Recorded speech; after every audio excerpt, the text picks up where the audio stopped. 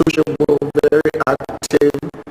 All of that was my first encounter, of very skinny, tall guys. The other thing that came across that first year was, and his hero at the time was Elvis Presley. His desk, and then start singing, played, his guitar as if he had one. Actions, the arm up and down and the legs and everything.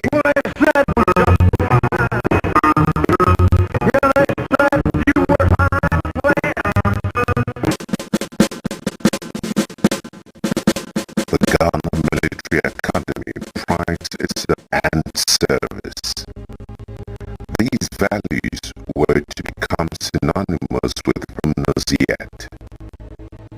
I met Flight Lieutenant John Rawlings in the Marquis Squadron, that is the jet fighter squadron of the Ghana Air Force. Came one of our members, and we all get very, very.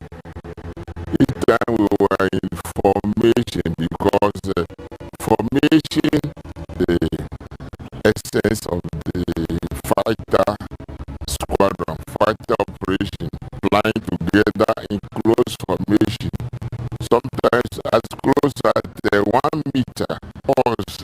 He would always maintain his position.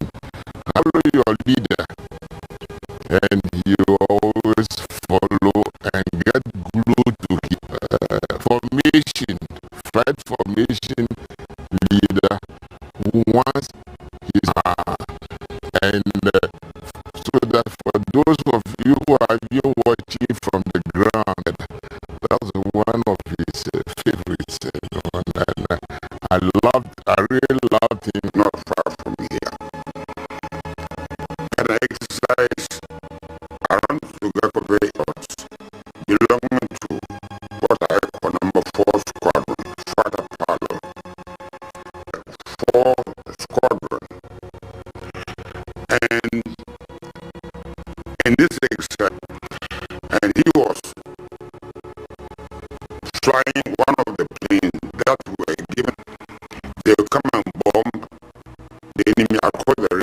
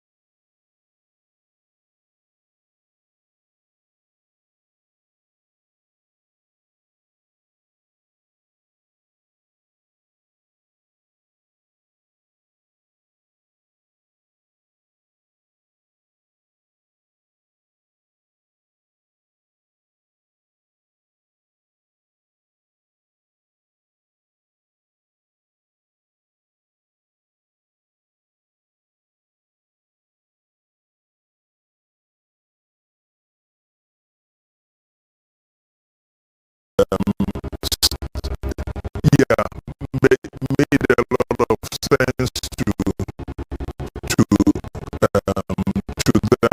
It was a very gradual process. Then alongside also bring the economy back 1979. At the age of 32 years, flight left and military officers who formed the Armed Forces Revolutionary Council.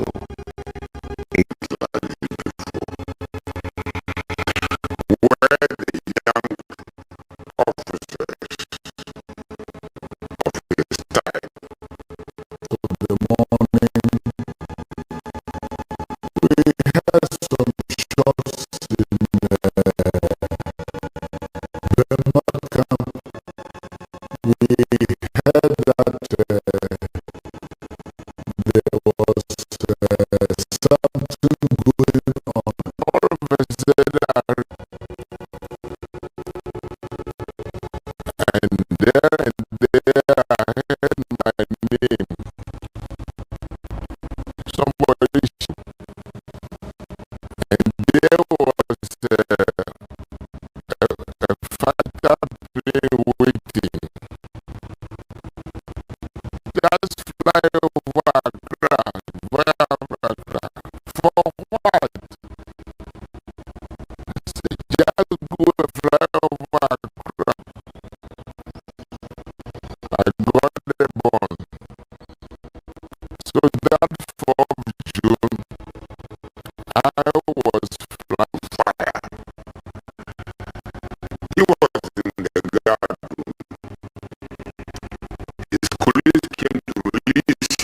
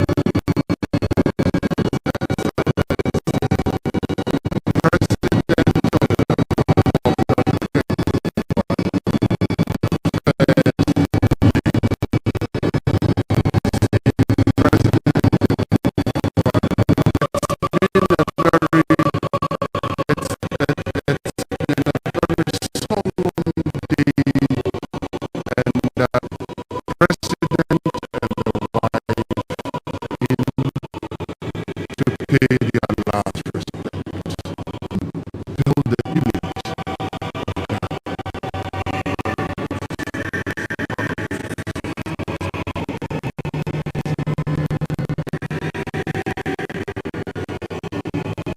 Former president is doing what has to be done, and accompanied by his team.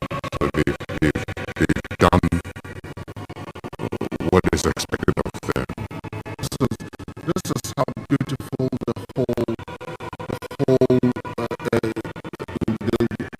former president was the first of the Fourth Republic, and President Akufo-Addo is the fifth president now paying due respect to the first president. Has been the institution that has given us a very stable democracy.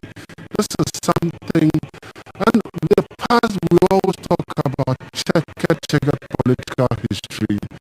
It's something that we have to start learning to do away with.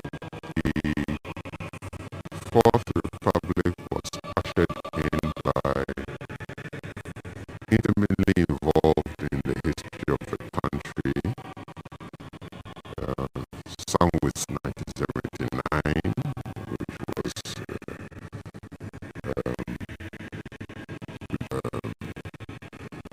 a military government, and then in 81, which Winnie and the enigma and the mystery is that the same person who was behind the part of June 4th, 79, and December 31st transformed to become a democratic leader and set up a second term. He did what most people saw in power. He just handed over, and his party is so long, and then your party loses an election. It's not done. And there are a lot of countries in Africa which go by that rule, that you can't be in power for that long and lose. Yes, but that's the way things happen in Ghana, and events conspired to bring us to this point where we are celebrating almost 30 years of this democracy. Next year, it'll be up to 30 years of the 92 Constitution. And Ms. Rawlings played a big part in it. And it's only befitting that we pay respect to him, not just as a fallen president, but also somebody who was a big part of this country's history. Right. Lieutenant Nunate, if you look at the whole scenario, so peaceful, so beautiful, because you people are in charge. I say you people, and I tell you, the military in charge. Now you see how orderly the place is, and everything's space, so cameras can even take shots. And I know you people by this time, you're happy that we are in charge of an order. And are you happy that we are seeing what is extremely wonderful and beautiful?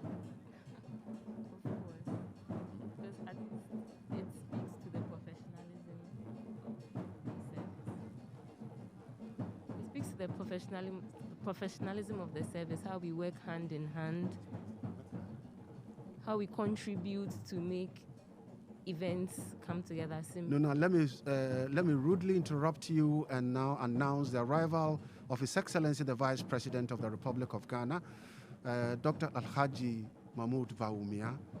He is now arriving, and he will be accompanied by, he will be here with a wife, Samira Bawumia, to pay their respect to the late President Jerry John Rawlings.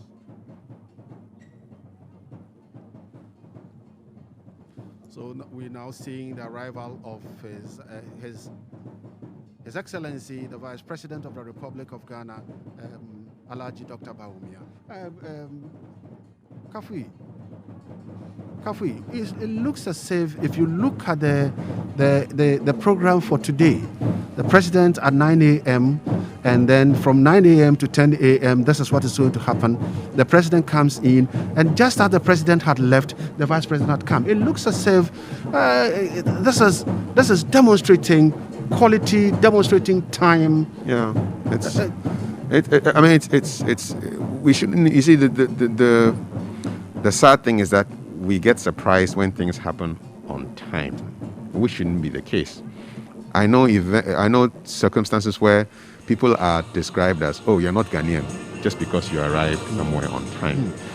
That should not be the case. It should be normal for things to happen on time. The president was expected to be here at 9, and he was here even before 9. Yeah, it's just a few minutes past 9 o'clock, and everything is going like clockwork. So we can plan. We know what is happening. President and First Lady to come. We now have the Vice President and the Second Lady. We are expecting to see former presidents and their spouses next. So we are just following schedule. And this should be the norm. We shouldn't get excited that things happen on time. Yes. In fact, in some countries like Japan, Germany, people have been known to resign for coming to... in Japan, a train arrived a couple of seconds late, and the CEO of the train company resigned because the train arrived a couple of seconds later. A typical Ghanaian would say, "This man is not serious. Yeah, why do I leave my way because the train was late? Was I the one piloting the train? No, that's the kind of question to ask. But you see, sticking to time it shows respect for another person. If you give the person 9 and you get there at 9, it shows respect. So that's the Vice President acknowledging the presence of the family of President Rawlings. This COVID is giving us a new direction. Now look at Ghanaians. We used to putting our palm in your palm to show affection, and now because of COVID, now everybody is folding his arms, and brother is afraid of brother. I say the finger snap is now extinct. The Ghanaian finger. Yes. Where you snap, yes. It's extinct. It's gone. I don't know the last time I shook anybody and I don't like think it's going to come. We are now Japanese bowing. Yeah, Chinese. We're bowing. Yeah. So it's in and out. And it's the Vice President is going. Everything is falling according to plan, and they're not spending in any long time in the room. You quickly need to walk out, and because COVID is telling us that when you stay in an enclosed, air-conditioned room, that is where, if you're not very careful, you can transmit COVID in a faster. Now he's leaving, and immediately after he leaves, I know the next person that is going to come will follow immediately. So Kafi, who is the next? The next person coming in? Well, according to our schedule. Yes. Former presidents and their spouses. Yes. Then the spouses of former presidents and their vice presidents. The chief of staff should also be arriving soon after that. Then the secretary to the president. The secretary to the cabinet, heads and former heads of constitutional bodies. Within that space of time. Exactly. Then between 10 a.m. to 11 a.m., we should expect to see the speaker, the former speakers, and then the members of parliament. And then from 11 to 11:30, we're expecting the Chief Justice, former Chief Justices, and Justices of the Supreme Court, followed by former Chairman and former members of the Council of State, and former Ministers of State. So everything there's an order of precedence that has been determined. And so number one, of course, is the President. And then, his vice, and then the former president. Everything has been determined by the standards of protocol. We're just following it, that's all. And this is real demonstration of protocol, because if you look at it, I don't think maybe the president, people might be imagining, is the president staying next door to the vice president? So when he's going to say, brother, I'm taking the lead. So brother follows up. But here it's an indication that this is a country, this is a program, this is a planned activity, and so therefore it has been planned in such a way. So we should be expecting to see the next guest come in the next few minutes. Yeah, and it's also a demonstration of communication, because you've got to have the traffic coordinated in such a way that nobody has to wait. You realize that the police. Next guest is arriving. Next guest is arriving. Everything is choreographed. It's like a choreography.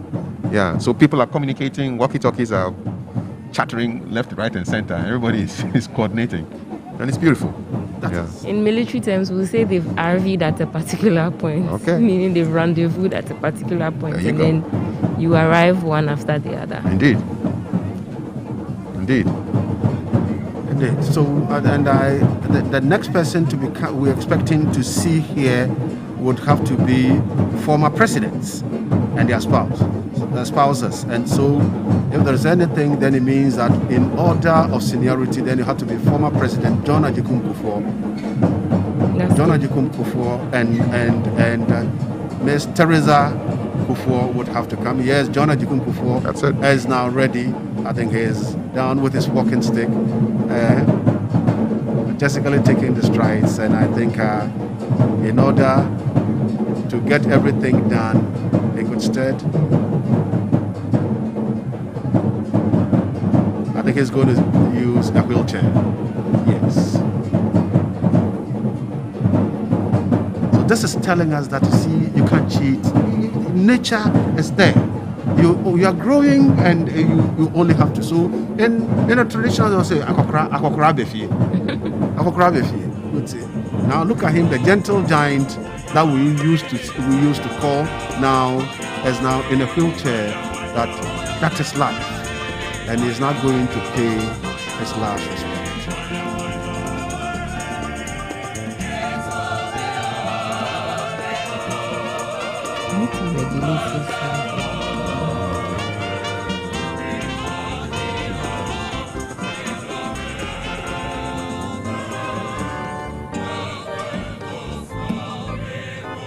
This is an indication of why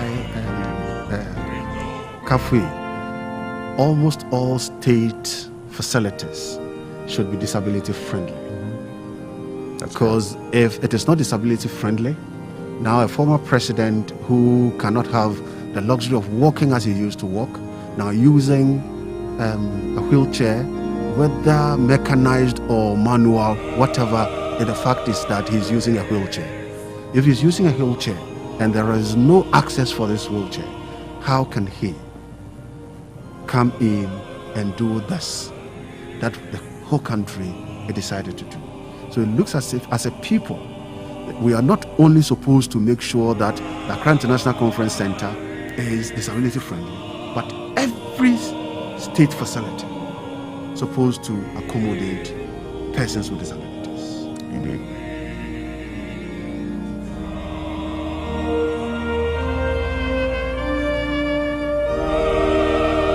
But it's very clear that not all the facilities we have in this country could have been used for this activity. Not all the facilities in this country could have been used for this. Correct. So those who really selected the Accra International Conference Center looked at this. Looked at this. If we had sent this to Parliament House, I don't see any ramps there. Yeah. And the gradient in front of the Parliament House, it's quite steep. You can't use a wheelchair. Yeah. Because if not so, it means that it had to be manual. Somebody had to push it and hold it. Yeah. As the way we see our brothers and sisters, disabled brothers and sisters, people hold them. Sometimes they even carry their wheelchairs over a flight of stairs before they drop the wheelchair, and then you access the flat space. So President Kufuor has finished paying his respects and he's exiting the Accra International Conference Center. It's quite interesting to note that President Kufuor once worked under President Rawlings. Yes. Yeah. Yes. He was appointed under Rawlings PNDC as a local government secretary. Exactly. Yes, local government secretary. So he's come to pay respect to a former boss, and a colleague president. Former president, yeah. Mm-hmm. And this is how. And the man from whom he took over in 2001. Yes. Yeah. So. And it's so instructive, and you can even see. But then what is missing here is that president came with a wife, vice president came with a wife, but former president is supposed to have come with Teresa, but I think because of age or other disease health conditions, so Madame Teresa is not with former president. And this is what we face in life. And when the situation comes, you accept it and you move. So then it means that the next to come should be former President John Dramani Mahama. Indeed. And he would be here with the wife, Lordina Mahama, former First Lady.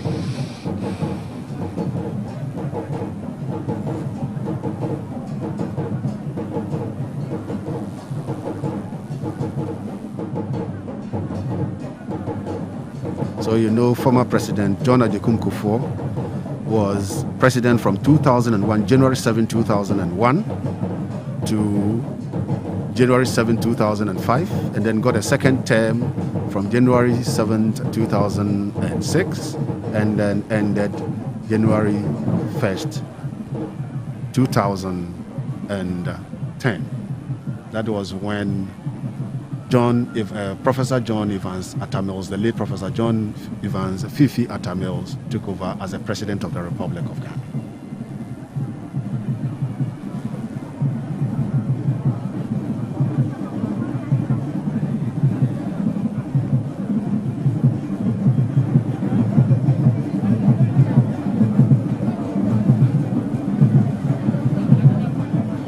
So we are waiting for the arrival of former President John Dramani Mahama, who, according to the program, should be following President Kufuor, who just left the premises of the conference center where former President Rawlings is being laid in state. Today is day 3 of the funeral service, and everything will be rounded off in the afternoon with traditional and customary rites scheduled to take place from 3:30 to 4:30 p.m. Today we will end slightly earlier than we did, God willing, yesterday, and then tomorrow we shall move to day 4, which is the final day. And what do we have, Lieutenant Tay? From 8 o'clock, what is happening? You have the filing past. This will be done by the family, the Chief of the Defense Staff, and the IGP and heads of other security agencies, the former chairman of the Council of State, the Chief of Staff, the Chief Justice, the Speaker of Parliament, former President John Agyekum Kufuor and spouse, if possible, former President John Dramani Mahama and spouse, the Vice President of the Republic and the Second Lady, visiting heads of state, the President of the Republic and the First Lady, and then the clergy before the service begins. That should be about 9:10 a.m. And that is when we're getting closer to seeing the casket of the former president the last time. Mm-hmm. Then we would now have to admit and accept that we have finished with the funeral ceremony and we have committed his mortal remains to the ground. Then everything now starts from there, and we can now see the late former president is gone to the Mecca. And speaking of tomorrow's rites, we would like to entreat the general public as much as possible if they could watch the ceremony virtually rather than trooping to the Independence Square. Mm-hmm. We are all reminded that we are not in normal times, so we would like to entreat the general public to take this into consideration. And as mentioned before, the routes that the procession will be taking will be announced again as like they were yesterday, so that if possible, you can come out and then bid farewell as the procession passes. Arriving now is the former President of the Republic of Ghana, John Dramani Mahama, and his spouse, Madame Lordina Mahama. He's also accompanied by his team and staff.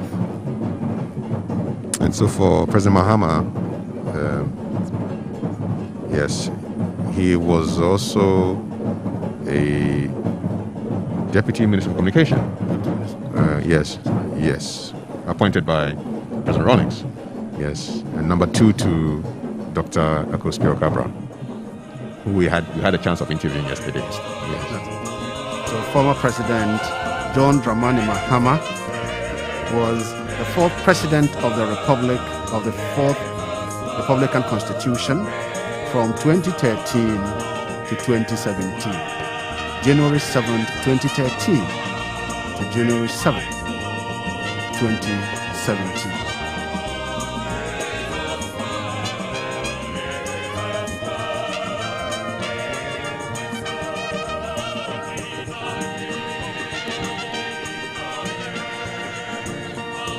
The brother of the former president is also paying his final respects to the late president, Mr. Ibrahim Mahama.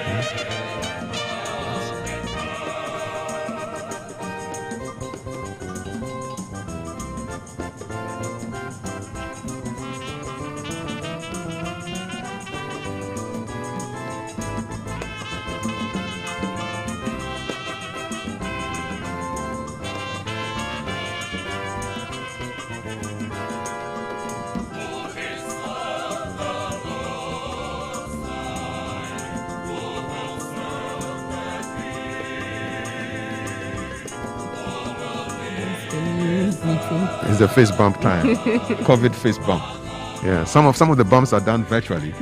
Yes, I saw the Honorable Abla Jifa Gomashi doing a virtual one. Yeah. So it's about the bump. Yeah.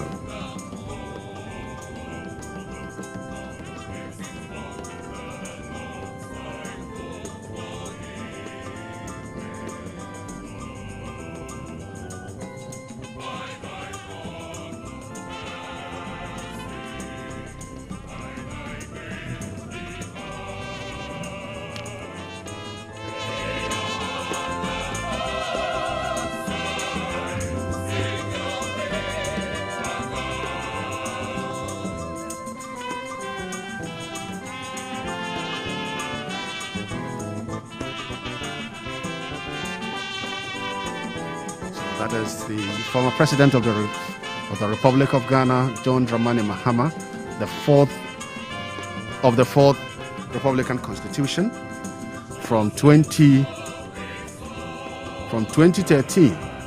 to 2017.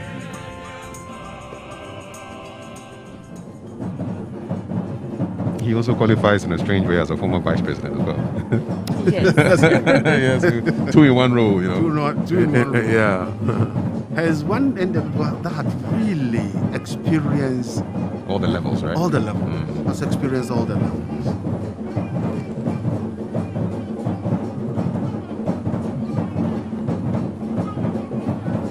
I'm looking forward to tomorrow because looking at the program of activities covering tomorrow, there's going to be a riderless horse that will be part of the procession.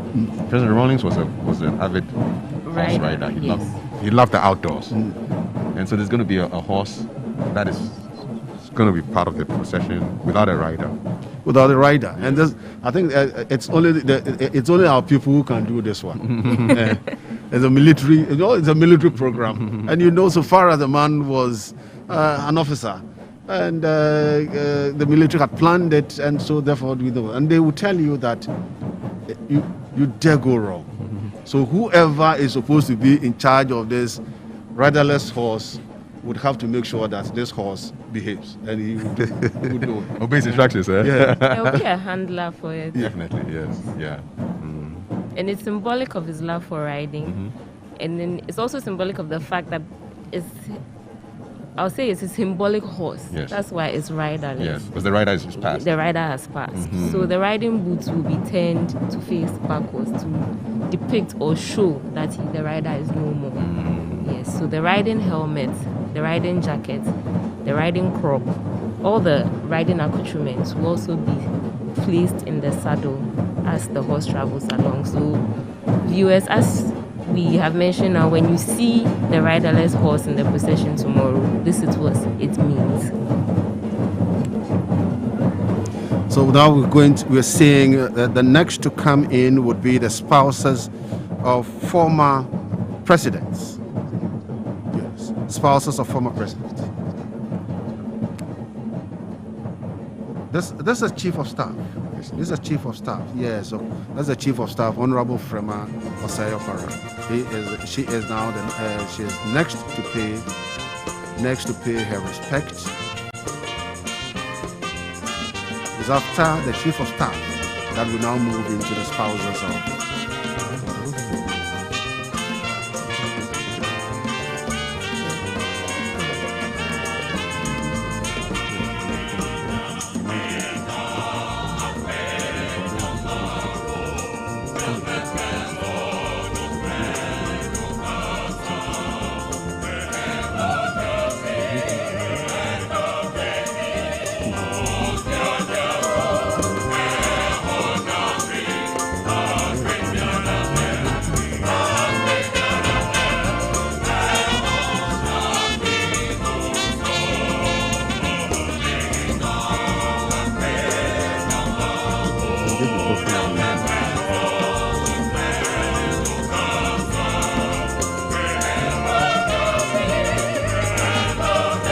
So that's the chief of staff doing a tour, filing past the body.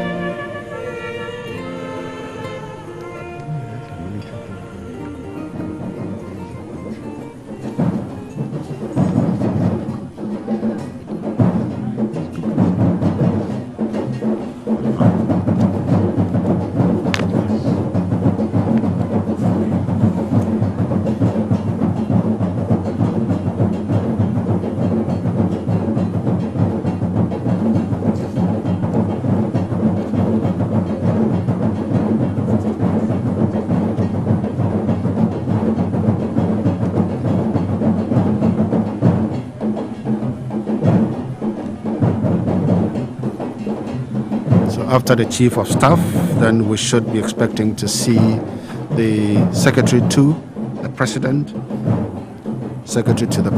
and that would be Nana Asante Bediatu.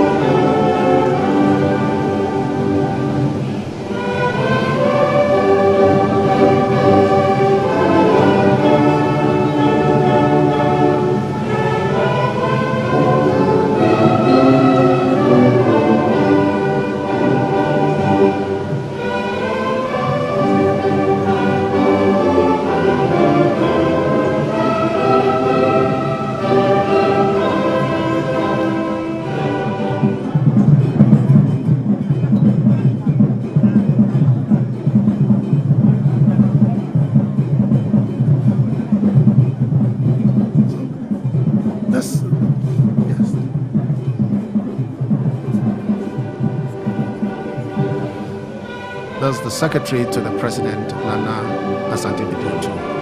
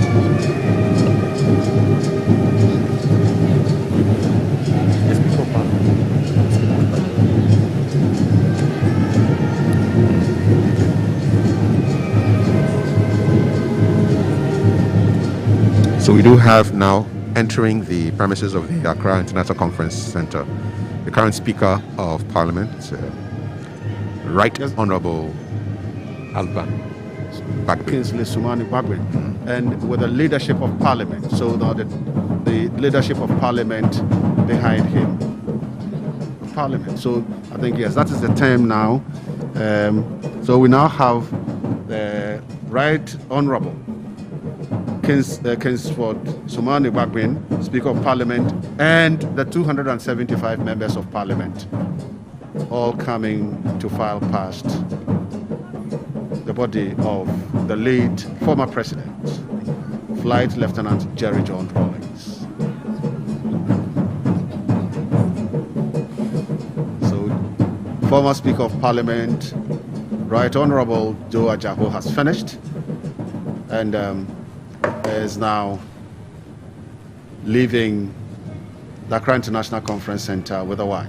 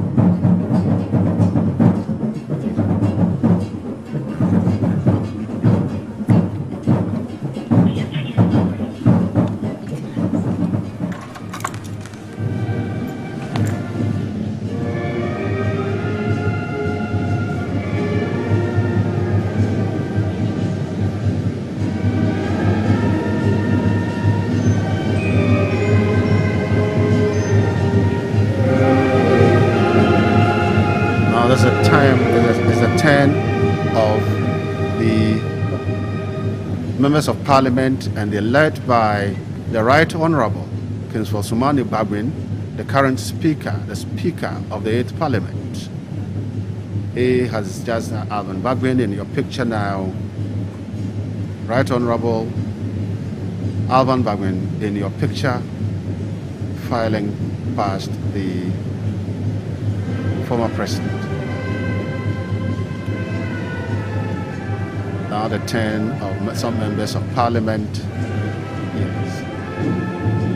Now this is a leadership. Now this is the minority leader, Honorable Haruna Idrisu, a member of the NDC.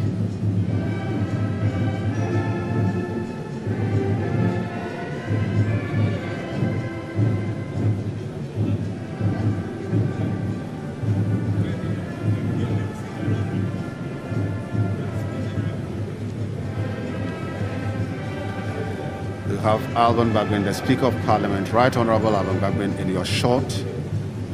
Behind Alban Bagbe, some members of Parliament. These are leadership. That is Oseche Mensah Bonsu. Behind Oseche Mensah Bonsu is Haruna Idrisu, and then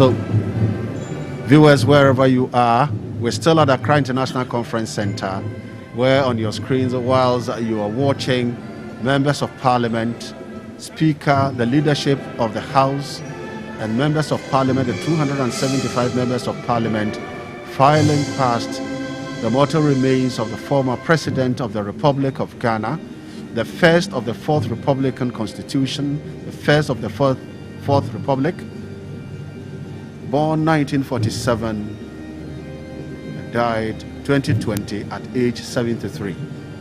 With me in the studio to talk about former President Rawlings as one individual that we can say really understands and knows former President Rawlings is Honorable Yeti Mensah. Honorable Yeti Mensah, you're welcome to the studio and to this committee. Thank you very much. Yes, Honorable Yeti. Immediately we mentioned Rawlings, and then the best name that would have to come, of course, is Yeti Mensah. Now, Honorable Yeti Mensah, you have come to the International Conference Center. The man that you have known, the man that the people loved, the man that pulled the crowd, now is lying in a casket, and because of COVID, the crowd cannot come. What are you thinking about? It's very sad that the people's man have been deprived of the privilege of having his usual masses around him because of COVID. But then, now let us come to the man Rawlings. Yeah. You know Rawlings, you worked with Rawlings, and you were one of the longest serving sports ministers of this country. Is he a difficult person to work with? Because we know him to be very strict. Yeah. He has principles, and there are some core values that he will not joke with. Yeah. He was a very good person to work with. People who do not know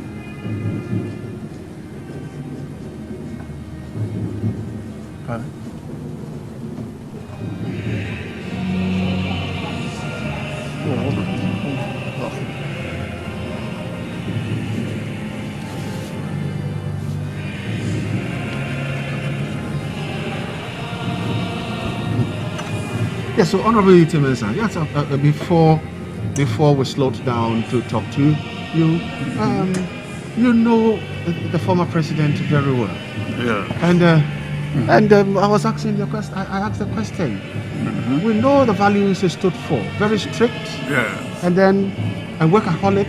Yes. And was he a difficult person to work with? He wasn't at all. He wasn't a difficult person to work with. We started this whole process before the revolution even broke out on the platform of New Democratic Movement. And then Eagle Movement was formed, and around that time, when JUFOF broke out, so many organizations emerged. JUFOF Movement, People's Revolutionary League of Ghana, all these youth groups were working on different directions that he knew he was part of before JUFOF broke out. And after that, before 31st broke out.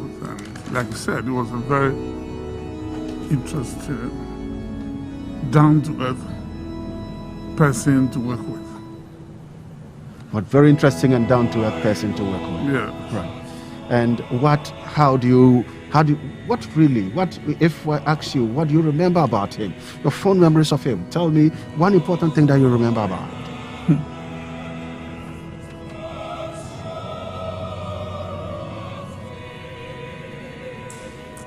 What I know about him is that he was down-to-earth person. When you dream about something in connection with the process, and you went there to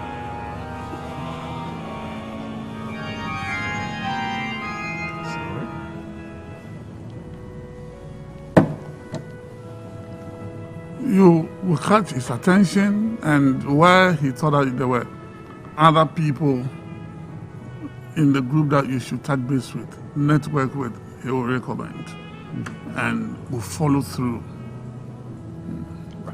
So with me, also joining me in the studio is the Right Honorable Doe Ajaho, a former Speaker of Parliament. Honorable Doe Ajaho, you're welcome.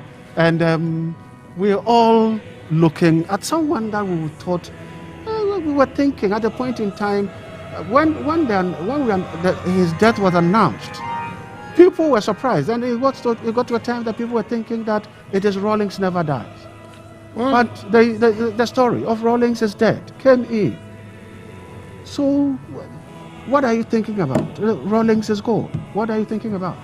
Indeed, until I saw him lying in state, that was the position I took, that Rawlings never died. I couldn't even believe it. Indeed, I was lost for words. And if you recall, I've never granted an interview until I came out and I spoke to the media for the first time since the unfortunate incident of November 12, 2020. But he was larger than life. Yes. He walked the talk. When he spoke about probity and accountability, it wasn't just a mere slogan. He actually lived it until the day he fell dead. You know, you remember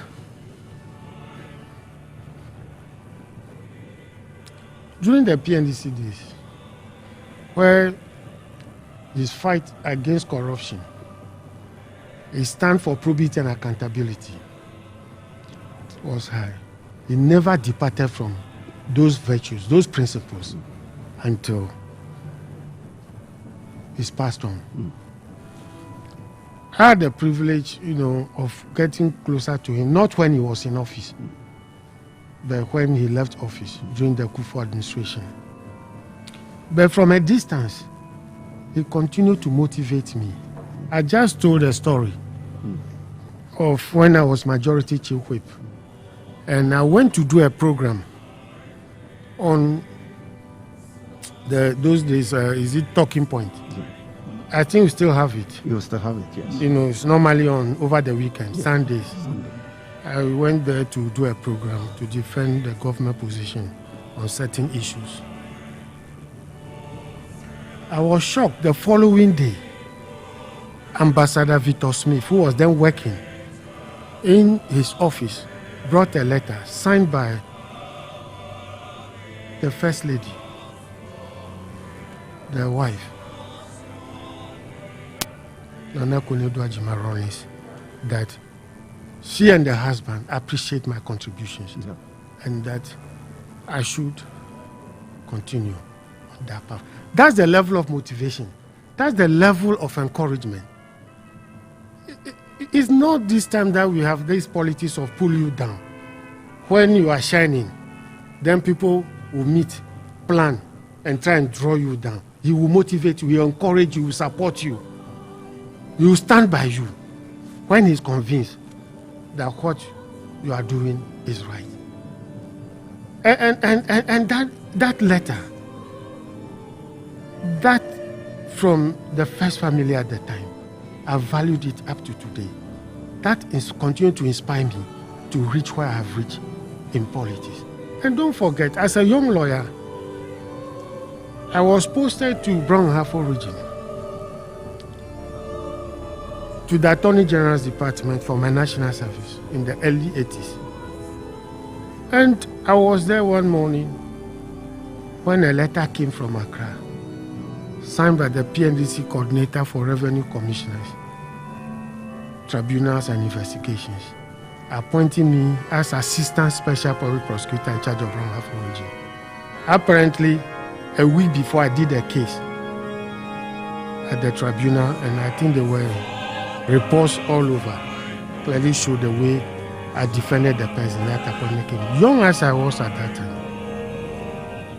And so the whole Council Office of Special Public Prosecutor originated from the man, Jerry John Rawlings, in his bid to prosecute, to serve as deterrent for economic saboteurs, for people who continue to dish their hands into the scarce resources of this state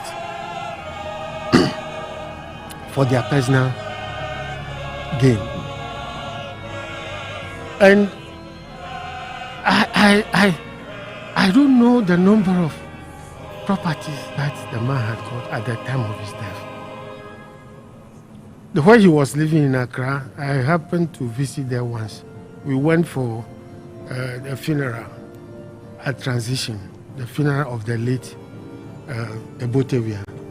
And we followed him to know where he was staying. And he was staying in a rented place. Later on, I was told. He was staying in a rented place. Apart from his Tefla place, that I know, very modest house. I don't know of any other. But, this should be the way forward. Public should be the leader. Yes, the public office should not be used to make money at the expense of the people. Clearly, I mean, that path is not the correct path to go as a people and as a nation. And that is why he had no patience for people. He considered us corrupt. Absolutely. Absolutely. And many people did not agree so much with him. That puts it to my next question. Honorable U.T. Mensah, you work with him. And you know that in this part of the world, you know, there are people who don't have anything to show for but for politics. Before politics, they were nobody. They have not done any hard work before. And so when they're going into politics, they're going into politics to make wealth. And you have a leader you are all following, and the man is against this. How comfortable were you? Were you not afraid of your future? That the future is going to be bleak, the future without money, the future without resources? Were you not afraid of it? Well, we were not afraid of it. Well, we knew the man we were working with who was interested in details. Like I said, we started with him years back before 31st. Jufo even broke out. And 31st, we had movements where we used to go around the country and replicate the movements, and also every weekend we had to go somewhere to go and educate the people, to let them know where we were going to. And he, was quite an interesting person. All cabinet members then knew that once in a while he would draw people's attention. Gentlemen, you know where we're coming from, and you know our mantra, probity and accountability. You have to bear in mind that there will be a day of reckoning. So whatever you are doing, you have to be very careful. There were times which people even considered funny whenever you found the new people who had joined, as secretaries, wearing expensive watches and things, would do their attention, and they will remove it before stepping out to come to cabinet meetings. So we knew who he was, and he would not spare anybody, no matter how close you were with him, if you should cross the red line. You know what you're going to face. Honorable Dua Jahu, former Speaker of Parliament, you have a very fine experience working with former President Rawlings. Do you think at any point in time he felt and he believed that what he wanted to do, he's been able to at least do so? Yes, he's not expressed it openly. But from discussions with him, what I've observed is that he did not want his legacy to be destroyed. Up to where he has reached, he still believes that there's more to be done. He believes that there's more to be done, irrespective of what is achieved so far. But he still believes that there's a lot that we need to do as a people. Especially when you can't see injustice, you can't see people, suffering. You can't tolerate corruption. And he believes that one way to move this country forward is to fight corruption, is to work the talk on probity and accountability. And anytime he see people departing from that path, he feel a sense of betrayal. He feel that, look, all these sacrifices that I did, putting my life at risk, why can't people see it in that light and continue in that spirit? And so, yes, he felt he's done a lot. He also felt that he sacrificed a lot. He felt that he has given his all to this country. But at the same time, he also felt betrayed. He felt that people are not, people are not pursuing that path. And don't forget, we were young at that time in the 80s when the revolution was launched. But you know the state of affairs at that time. Yes. At times I get people who speak as if all were rosy in this country when Jerry John Rawlings came onto the political scene, in December 79 and then in 81. But to know the state of the economy, you just want to go and read the comments of the Honorable Dr. John Soforiata, the father of the current Minister of Finance, when he moved his motion to reject the budget statement of the Liman government. And if you read the motion that he moved, it paints a very brief picture of the state of affairs in the country at that time. Why he moved it from at the time, it was virtually negative growth. Where he left it off. And the level of stability that we have seen as a people, as a nation, from 93 January, when we went to the constitutional rule. This is the first time Ghana had the longest period of uninterrupted constitutional rule. And this was a constitution which was virtually worked on by people who were condemned that they don't have knowledge to write constitutions and all those things. People thought that we could not extend electricity to the northern part of the country, except that we built a dam. He was able to do that. He expanded water system. He expanded electricity. He expanded, educational. Don't forget about the educational reforms program. When they build secondary schools, establish secondary schools across the length and breadth, so that they can put education at the doorsteps of the people. The Sahel program of electrification. Mention them. Look, I have no apology to anybody to say that he's one of the greatest leaders, presidents this country had ever seen. And he did it with integrity. And I just granted an interview, and I like quoting it, so let me repeat it again. I read a book. One senator called Alan Simpson of the U.S. was introducing President Ford at Harvard University. And the words that he used continue to guide me. And he said, if you have integrity, nothing else matters. If you don't have integrity, nothing else matters. John Rawlings had integrity, and nothing else matters. Notwithstanding how they may want to rewrite the history books, notwithstanding how people may want to disown him, betray him, abandon him, nothing else matters, either in life or in death. You were very close to former President Rawlings. Before we promulgated the Constitution in 1993. What was his mood when we were moving from the PNDC into the NDC era? What was his mood? Was he comfortable moving into a democracy where you would have to go and ask permission for everything at all you want to do? What was his mood? Let me just, add something to what my brother, the speaker, said. I read something from William Zatman, who was a professor in Johns Hopkins University, about the state of African countries, and that he did a research on 11 African countries and concluded that all those countries were failed states, including Ghana.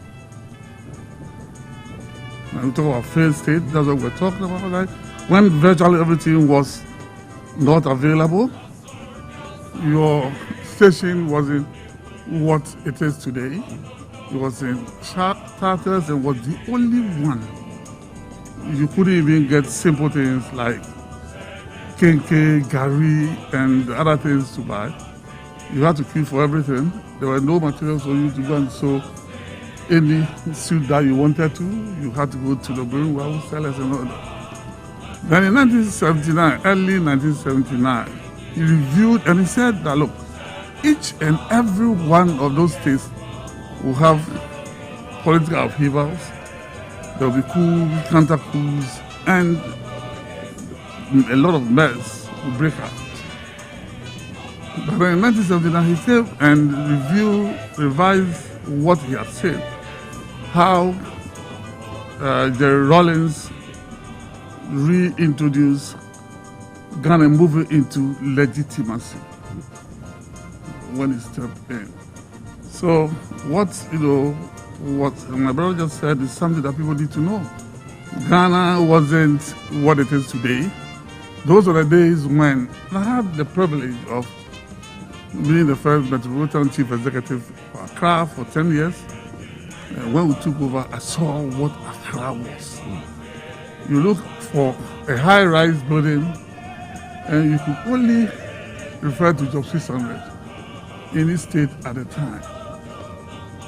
It was under President Rawlings' watch that you can talk about Airport City. It didn't happen by accident, it was deliberate. It was deliberately fashioned out. When we moved in there, we had to clear farms and chop bars all the way to the belly of the airport. We had to do that. That was the time when you had only one double road in Accra. From, what they call the Beche Circle to the beach. All the other double roads came under the Economic Recovery Program. As you see it today, the markets that were built, we demolished Makola Market. And at the time that it was demolished because of the Kalabule. But when we went in there, we found out that Accra had a plan. And 20 other markets had to be built. And that the market in Makola had to be relocated to its present position. And we followed it. The city was swallowed by 758 huge mounds of refuse, bigger than this building that we sit in. And we had to clear it. And the interesting thing was that he was personally involved. He would come to us because we were building the market, clearing the refuse, without the city having the equipment that they should have. What they did was that we had to clear the place, but then they networked with the German government for support. They had to link with the German government for support, and we had to clear the mess. And you recall, people were in Accra knew, even cleaning the gutters, it was around. Public toilets, 129 toilets were all in messy situations. We had to do something about it. And while we were working for the creation of a first-class modern waste management department, all this happened under his watch. So what you see today, to cut a long story short, I should have brought a book. I've written a book on what about Accra, the state of Accra. The state of Accra. And what Accra is today. You credit President Jerry John Rawlings with that. And he encouraged that. At that time, we motivated the workers in the city engineers department to build the market. You have a Gugulushi market, Accra Newtown was dead, we had to revive it. 129 markets.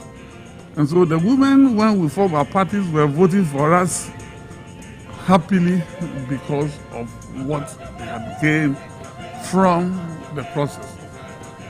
Accra is what it is today. And then we extended it. Accra City Extension project then came on stream. We extended it to Secondary Takrady. I had to go there and hold workshops for the people there to know how we did it. And the Oban will come. Those days where we went out there and closed 3 a.m. every day, paid the workers the same day, and in the night, he will come with P.V. Ben to come and visit us, crack jokes to the workers, encourage them. So people love, his style. People love his style. So when he moves you from here to here, it wasn't because I was barbering him, but because he was seeing what we're doing.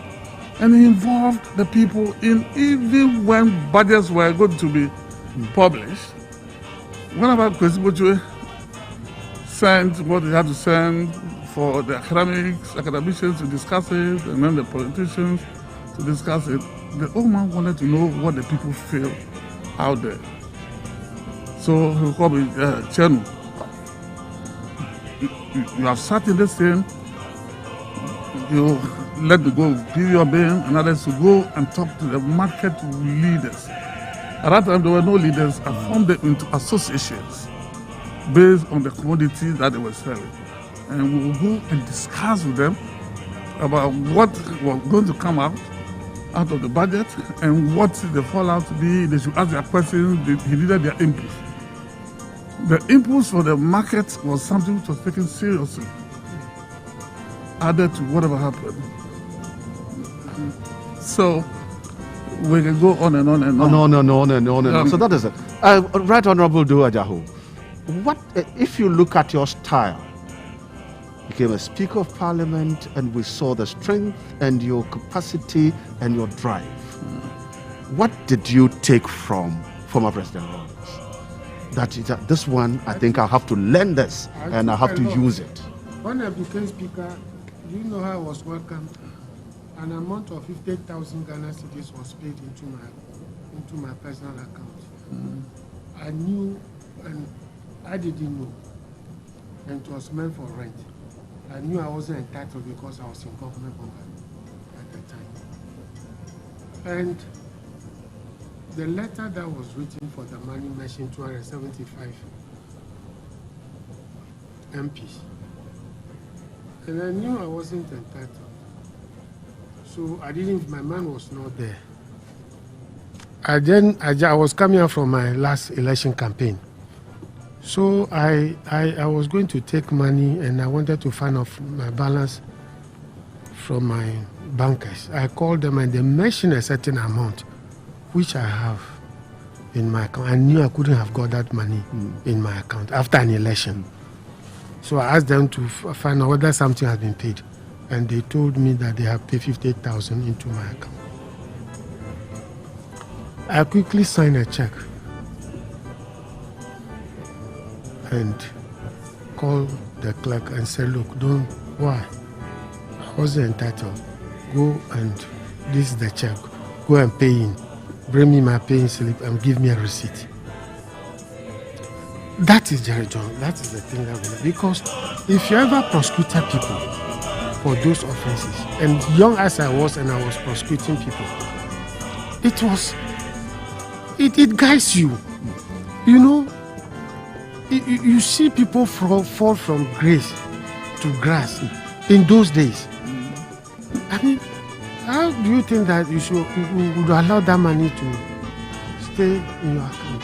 And another thing, I try to live a very modest lifestyle, because I keep on telling my children that at the end of the day, it is not the properties that you own, the material things that you have, but the values, the virtues, the principles that you live for, like the great prophets of old, like the great politicians. You don't remember them for what they own at the point of leaving this earth. You remember them for the values, the principles, what they fought for, what they believed in. And so there's no way, you know that when you are young and a lot of things have impact on you than when you are old. Yeah. Growing up and you see some of these things. December 31st, when December 31st was now, I was 24 years. And I started prosecuting around 20-something years, into early 30s. And you can't but see that, look, are you better than the people that you are prosecuting? Mm-hmm. And so it will have impact on you. It will have impact on you. And you see the sacrifice of a lot of people at that time around Jerry John Rawlings. Even when you even make your own money to put up your own house, you are even afraid. Yeah. So a lot of people who work around you put up their buildings after we return to constitutional rule. I mean, look, you just working. My last office before I went to Parliament was at the State House here. We work. You can work from 8 a.m. to 2 a.m. But the following on Sakame from the Attorney General. But the following day you are in the office. You are highly motivated. You want to work. You no interference, except that the only time that there's any interference is either to commend you or to draw your attention to something that maybe you did not get right. And so I look, I think that nobody is perfect except maybe God. But you should try as much as possible to lead a life that generation to can emulate. And I think that his life, this life, yes, of the man lying, casket there, yes. and rolling. I mean, it was not. You get to him. I mean, you get to him, and he will not. He wasn't interested in. He wasn't one that was, Look, I when he lost the mother, there was a lady, a friend went to see him, and he met a lady there who was crying. No. After he died, and said who was going to buy his medication for him. Apparently, he had a list of people that every money that comes to him, he was paying either their school fees, people paying their medical bills, people in difficulties. He was. So any money that comes his way, he shared it with. He shared it with the people. Yes, and at least after his death, I had an encounter with two of those people. So you might not be liked, or people might even think that you are a fool. But at the end of the day, it is worth emulating him. Very good. That's it. So, Honorable Yiti Mensah, what message would you want to give to the young of today, looking at the life of former President Rawlings, Flight Lieutenant Jerry John Rawlings, at the point he was called Junior Jesus during your time, when you were the mayor of Accra? Yeah. The market queens were shouting, Junior Jesus, JJ, Junior Jesus, JJ. And we were saying that as for Yiti Mensah and Jama, you are a real organizer. You organized for him. What message would you give to young ones looking at your future and pointing them to? Thank you very much. I have told my children every now and then, and the young men around me, and what we're seeing today, that it pays.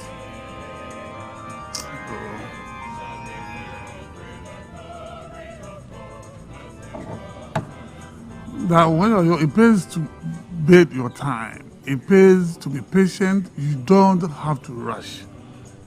We've read it around, we've seen it. If you rush, you will crash. And you will never be able to recover. You don't have to rush. For you've seen somebody who has built this number of houses, have been in this, they call us fools. Those of us who work around, Papa J, you will just allow him to bully. You never bullied anybody. That whatever you are doing, there will be a day of reckoning. And when the day comes, what you will be able to use to defend yourself will be the life that you led. And what is happening today, the young ones are too much in a hurry. Papa J did something which was fantastic that people need to learn about. All the people that he chose to work with were senior people who have seen it all before. The Nathan Kwao, the Harry Sawyers, the Monufie, the Justice Anans, and those of us, Kwesi Bochwe and others, those of us who used to be working on the campus that he poached, were all people who were working, and then he brought us to come and work. The generals that he poached from the barracks, the retired police officers, all the things that we did, we had all these people around us. Were people who have seen it all before. So, in leadership, you need to bring strong, that we don't need just strong men, but men who are strong here. And they were around us, and we're always, advising us. Nana Kwaku Sapons mentioned them, the team that was there. So people sitting out there were attracted to the revolution and were attracted to the party. The party was forming all the time and it was so big. So that is if you wanted me to give you the advice that I give to your young people, you don't have to rush in life. When you rush in life, at every segment, every corner of life, wherever you find yourself, you will crash. And when you crash, you can never It will be recover. difficult to recover. Yeah. Right, Honorable Duajo, before you go, I would want you to advise the young of today. You have done your part. As a young man, you really stood and reflected the values: probity, accountability, integrity, social justice. You reflected them. What advice would you give to the young of today? When I was in the university, I was the secretary of the JC Legon Hall. The then opposition leader, the late Victor Usu, came and gave a lecture. And in that lecture, he made a very important statement which had guided me up to today. He said that you must have political apprenticeship, or you must have apprenticeship in whatever you do. When you go through the meal, you will be a better leader. If you use a shortcut to get to the top, you will not survive. You know, before becoming speaker, I won 6 consecutive elections. I continue to work because, I joined the leadership of the House when Jasana was the speaker, and I joined the leadership in 1997. And so you go through the meal, you work with the leaders, you work with the speakers, those speakers before you, you work with those leaders that you met, you work with the presidents that you met, you learn from everybody. You see the mistakes in life. You see the successes of life. You see your own mistake.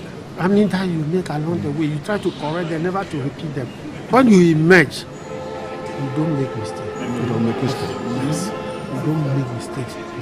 In fact, it will be difficult for you to make a mistake. So the young, I said that, look, everybody should take his time.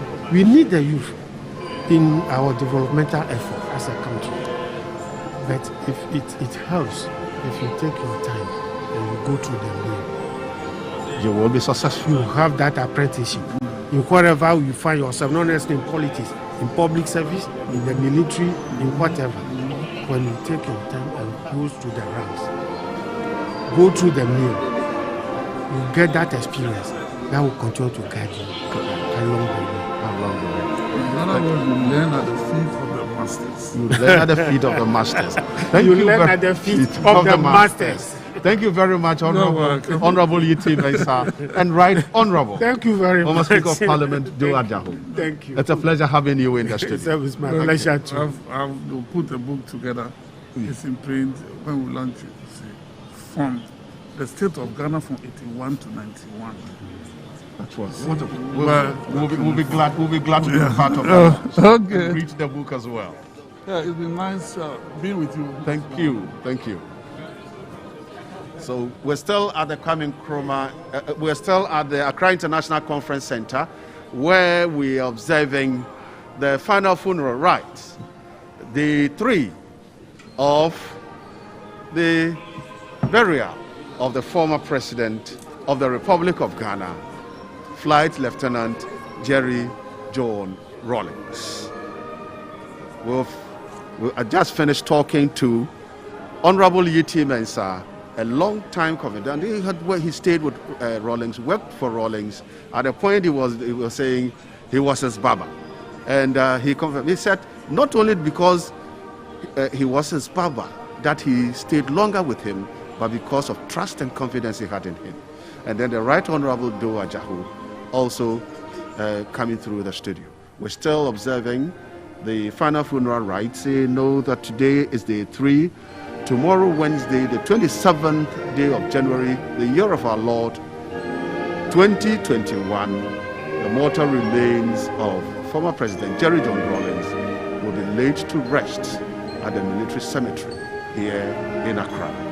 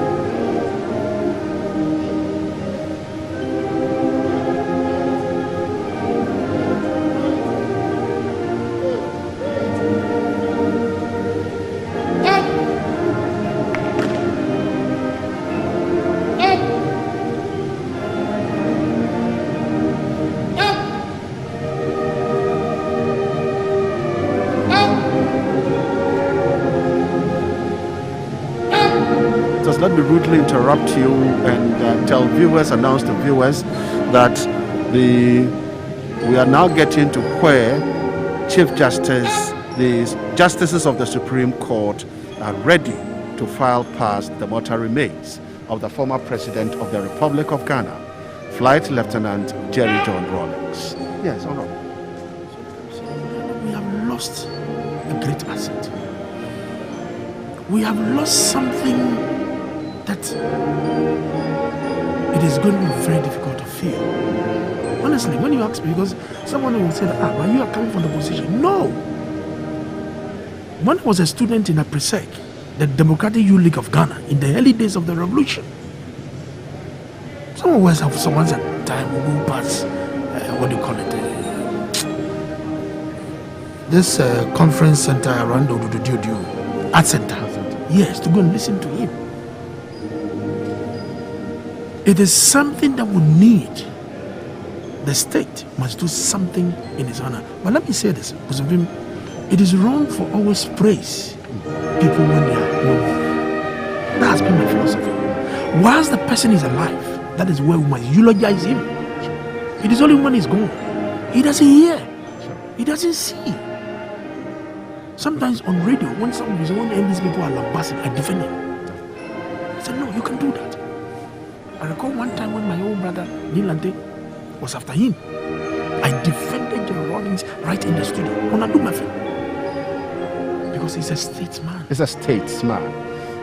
Honorable MP for Buem, Kofi Adams, former aide to former President Jerry John Rawlings. You know him. You felt him. It was very close to you. How did you feel when you heard of his passing out? My brother, it was a devastating news. And I quickly moved to denial because like you introduced, former President Rawlings for me I perceived him to be larger than life. And so death was not something I envisaged or anticipated would happen around the time it happened. So I got shocked, but quickly moved into a state of denial that it's not true. He has gone to sleep. He would wake up. But as days roll, the usual conversation, the discussions we were supposed to have, for which I have spoken to him Tuesday before the Thursday he was sent to the hospital, was no more happening. So, is it true? Is it true? Until this morning, when I arrived here and stood there for some time, said things in my mind, no response from him. The usual way he would respond immediately I get to him, there was no response. So now, truly, it dawned on me that my boss is no more. He's truly gone to his maker. Now let us quickly now look at the values that he stood for. Probity, accountability, integrity, social justice. These are the things. Are you sure that these quality tenants will live with us, and do we respect them? Or he is dead, so he has died with it? I think his death and the love that has poured out should rather, in a way, excite us to keep to these values. I likened this situation to what happened as we read our Bible and we are told stories about. Even when Christ was alive, his teachings, many of us didn't accept it. If I say many of us, I meant those of us who were alive. We didn't accept it. It was after his crucifixion and resurrection. Let me rudely interrupt you. Kofi Adams, that is Honorable Joshua Alabi, former Greater Accra Regional Minister during Flight Lieutenant Jerry John Rawlings' time. Actually, yes. Greater Accra Minister and Northern Regional Minister. Yes. At the point too. Yeah. And now as a very solid person in the party that former President Jerry John Rawlings formed at the NDC. So, Kofi. So it should excite us to want to keep up those values. The truth is that these are foundational values of the development of every country. You can't do without social justice. If you have to develop, there should be social justice. Issues of probity and accountability in every sphere of life, not only political or financial accountability. We must be accountable in everything that we do, even in media, in our work as journalists, in our work as, if I call it, men of God. Somebody say we shouldn't call them men of God because we are all men of God. Even our religious work, even in our homes, how we relate with our spouses, how we relate with our children, how our children relate with us, our stewards and the rest. There should be probity, there should be accountability, there should be justice in that relationship. Look, if we do that, the political tension and the rest, all those things will become a thing of the past. We will compete for power because we have to compete for it. But the tension, the fact that if I see Honorable Titus Glover, because he's in the opposing side, we must be enemies.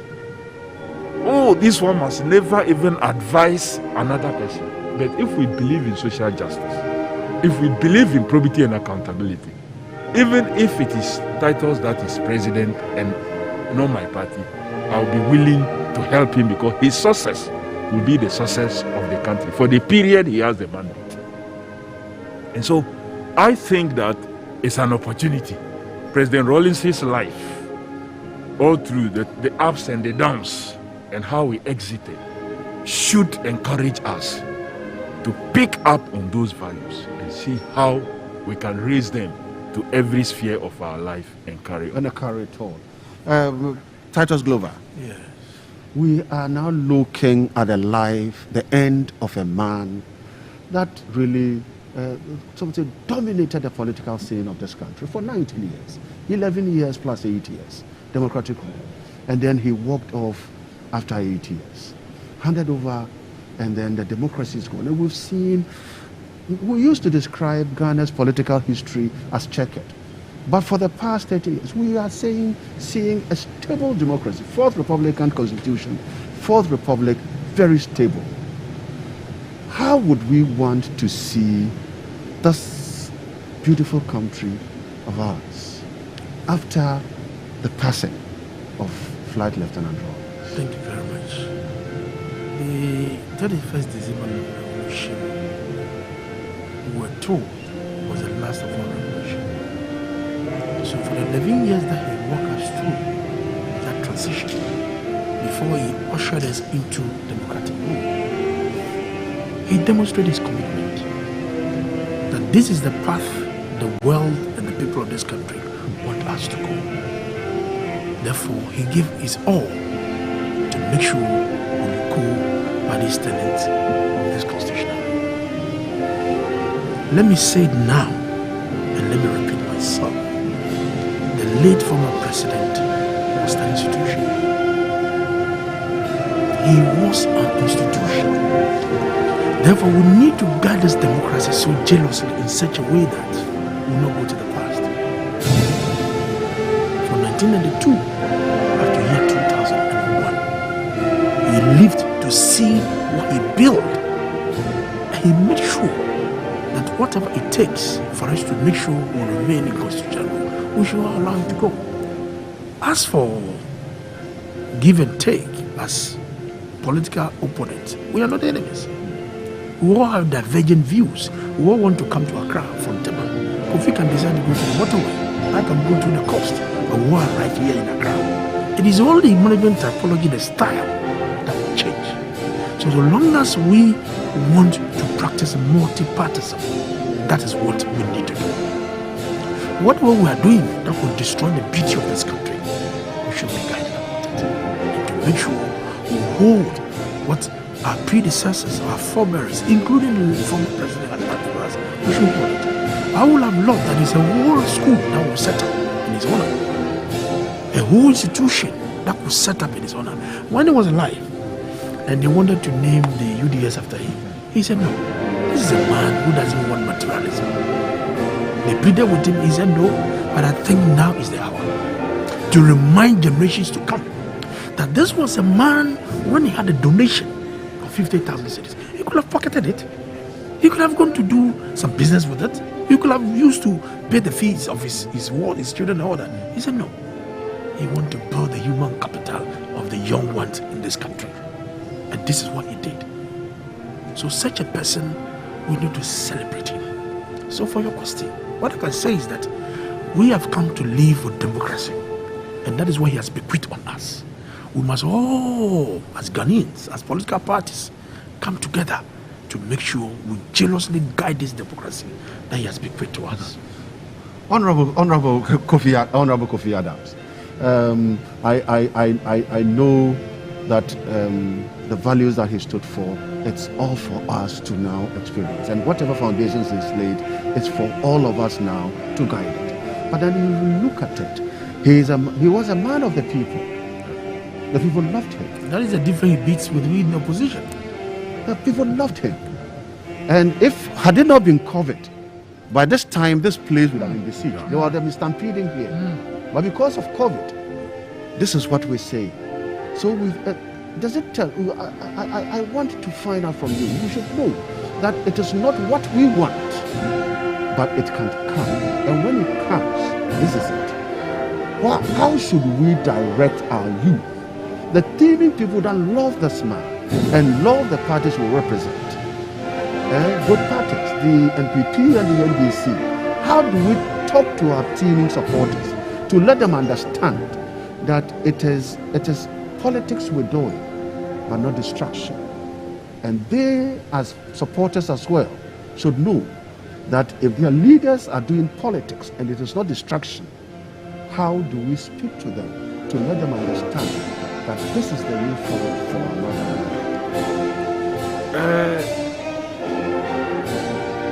We all have a role to play, and you are speaking to me as a practicing politician and a partisan one for that matter.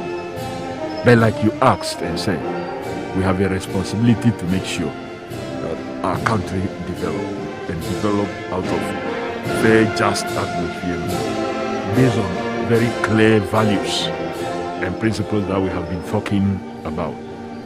One thing President Rawlings kept telling me, say, look, when you are convinced about something, push it as hard as you can. Don't be insulting, don't be insolent, but push it as far as you can. Because that is what God has put in you. That every human being has something that God puts in him or her for the life he has given you. He has something he puts in you every day when you wake up. You feel convinced about it. Push it.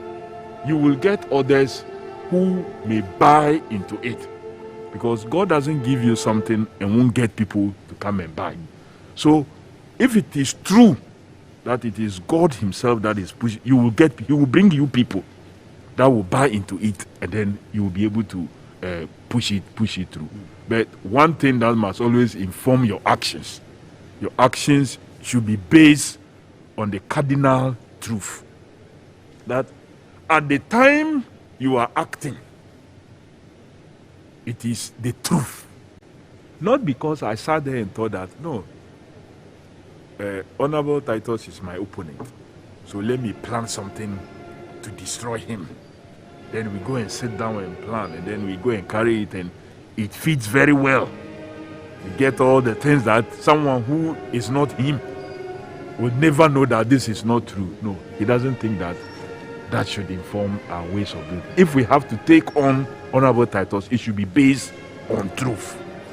And that is how easy it was working for him and being his spokesperson for such a long time. Because all he wants is that just speak the truth. Look, if you saw him, if it was your kegari he was eating, you don't need to go and polish it and say he ate some fried rice and fish and with this and that. If it is your kegari without any fish and anything, say it as it is. Just say it. Even if it makes him unhappy, he knows that you have spoken the truth. That was how easy it was working for him. He cared about everybody. Look, if he ever hears, like, you are working with him, and then he hears that you have disrespected somebody, not even within the office, that you have this, that is the end of you. You will have, it will take you a long time. He have to find a way. If you get you back to go and apologize to that person, you have to do. Or if he has to get somebody for you to go with that person to go and apologize before him, because otherwise he feels like it is a disrespect to him that you, close to me, can do this to somebody. It means I am irresponsible. And that is why sometimes when people hear him take on some person, then they ask, but now, oh no, why are you not doing? His belief is that people cannot be working with you and for you and be behaving that way, and you think that you are not aware, you cannot do anything about it. It may be true that appointees or political decisions may be on their own, but you have appointed them. So if they are going in a certain way that everybody is complaining, so are you not hearing? So truly speaking, we all at various levels, we are leaders. You can pick it up from there. In the media, you have people who look up to you, instill something on them. In politics, those of us who are in politics, at various levels, we all have people who are following us. At the constituency level, I am a voice. He is a voice. At the regional level, we have some who are voices. At the national level, we have some who, at all the various things. Let's all take advantage of that influence and respect we have to change the situation. And it will be good for all of us. Honorable Tatas, before you go, the last question I would want you to tell me, as a politician, this was someone who came as a soldier and he jumped into the political terrain, became a politician, and he was one beautiful politician. You are a beautiful politician when the people are with you, and you pulled the crowd. He was able to. He has a charisma and he has the ability to hold people and get people working. Now has gone as a politician. What would you say that you would want to take from him and run with? There's a saying that it's said about the late Dr. Kwame Nkrumah, that he never dies. Because of the kind of things that Dr. Nkrumah came to do for this country. I want to borrow those words. He said that Jerry Rawlings never dies. Never dies. He's still in our hearts. The former president is still in our hearts. Whatever we are doing, we should remind ourselves. There was once a time a leader of this country who demonstrated his life for humanity. He stood for the truth. He stood for transparency. He stood for total justice. And he also stood for accountability. Sometimes it is not the words that we just say, but the practicability of these words, how we put it into action, that will determine the ways that he has lived with us. We shouldn't allow these words to just go just like that. I was sitting when you asked the same similar question to my former speaker and my senior uncle, Honorable Yeti Mensah. What do we think the youth are going to learn for the former president? It's about patience and humility. The tendency to learn, to see yourself when you are given an opportunity, is not to come and throw your weight around. It's service to this country. He offered himself to serve this country. Today he's gone. And I believe that. And I still, if I have the opportunity, I'll tell the president, let us institutionalize the voice of former president. If you can even open an institution, they should take Kofi and the family. They should take it up. His office should take it up and continue. They shouldn't leave the office like that. They must continue and carry out his good works. And we believe that some of us, when we are called upon, we are ever ready to serve in every capacity that they invite us. Because Rawlings never dies. He was an asset. He was an institution. That God bless him. He may have his shortcomings. But as a human, we are all fallible. Once in a while we make mistakes. But so long as there's genuineness in that mistake, he gives his all. Let us compare his goodness to all the negatives that is carried about him. But for me, with my few years that I've been with General Rawlings, we have missed an asset in this country. Thank you very much. Thank you very much, Honorable Kofi Adams, MP for Buem, and former MP for Tema East, and Deputy Minister of Transport. And Deputy Minister of Transport, titles, Daniel titles Glover. You always want it to be, to be the same. That's wonderful having the two of you.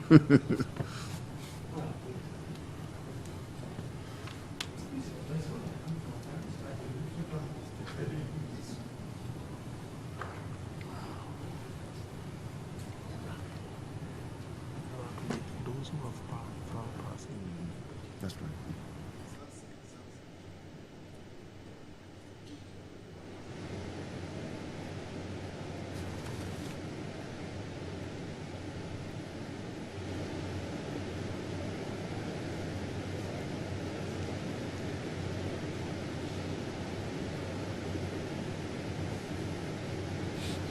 The final funeral rites of the former President of the Republic of Ghana, the first of the Fourth Republic, Flight Lieutenant Jerry John Rawlings. The day started with the filing past of the President, Nana Addo Dankwa Akufo-Addo, and the wife, Rebecca Akufo-Addo. Then we saw the filing past of the Vice President, Dr. Alhaji Mahmoud Bawumia, and the wife, Samira Bawumia. Then we saw former President John Ajukum Kufuor, former President John Dramani Mahama and wife Lordina Mahama. And then we saw the Chief of Staff file passed.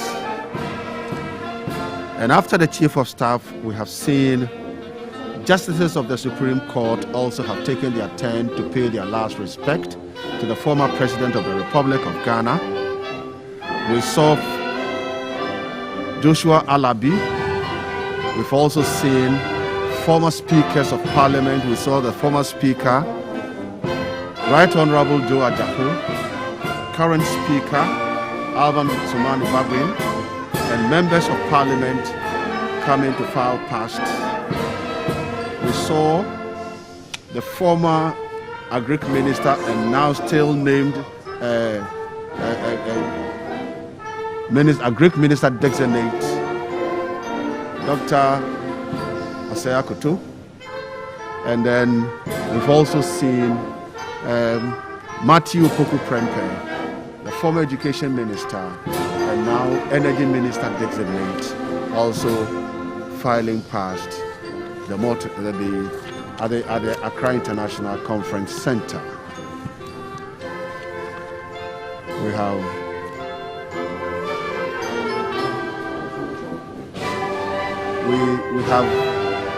We're still here at the International Conference Center. Still here at the International Conference Center, and we are watching the funeral rites of Flight Lieutenant Jerry John Rawlings.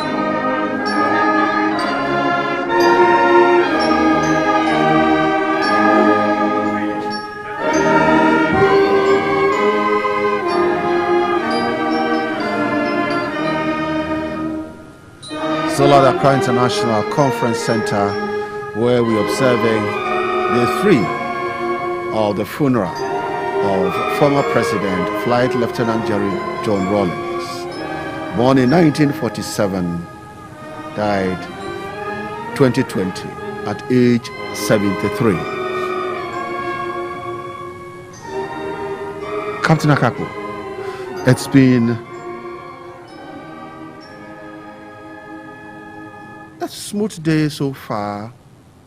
Filing past the mortal remains have been so smooth. We're always at a point in time thinking that every day will bring it, and then we saw day 1, we've seen day 2, we've seen day 3, and it looks as if the planning committee had been able to control the crowd, and they had left with the COVID protocol. The biggest crowd that had come here was the 275 members of parliament with their speaker that came in. And within a space of time, they have cleared them, and the place is still calm and everything is smooth. How do you think that the committee had been able to achieve this results? Thank you very much, Gabi. It's as a result of hard work, planning, and ready to actually take up a task and make sure you deliver to the end.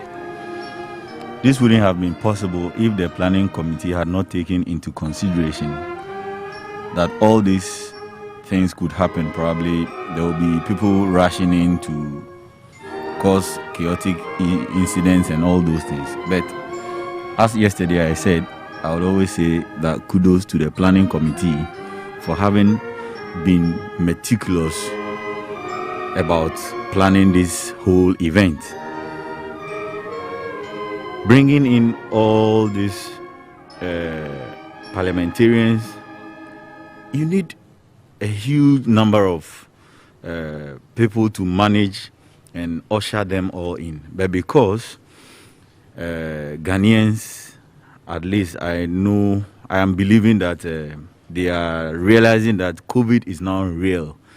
COVID is with us, and we need to take precaution. So they factored in all these possible measures. So they needed to stay at home and at least watch from their televisions and understand, and also pay their last respect to our former president and our former commander-in-chief of the Ghana Armed Forces.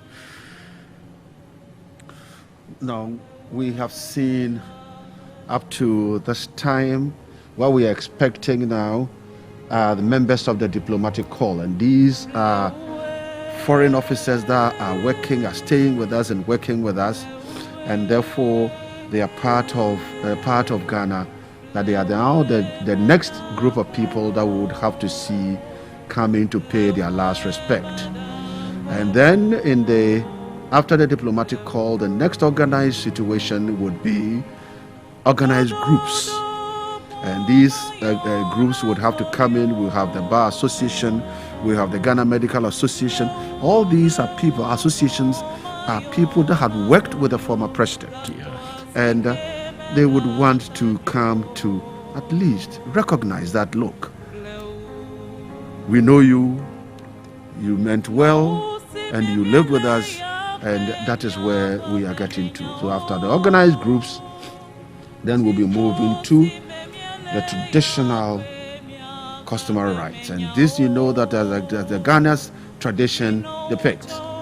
We first the people, we first a country, and we have tradition, and we have customs, and we will have to make sure that it is left. And the rest of the world that will be watching will be seeing pictures of how, as an organized group and organized people, would live. And it has not been very easy watching Nana Kunedo Rawlings.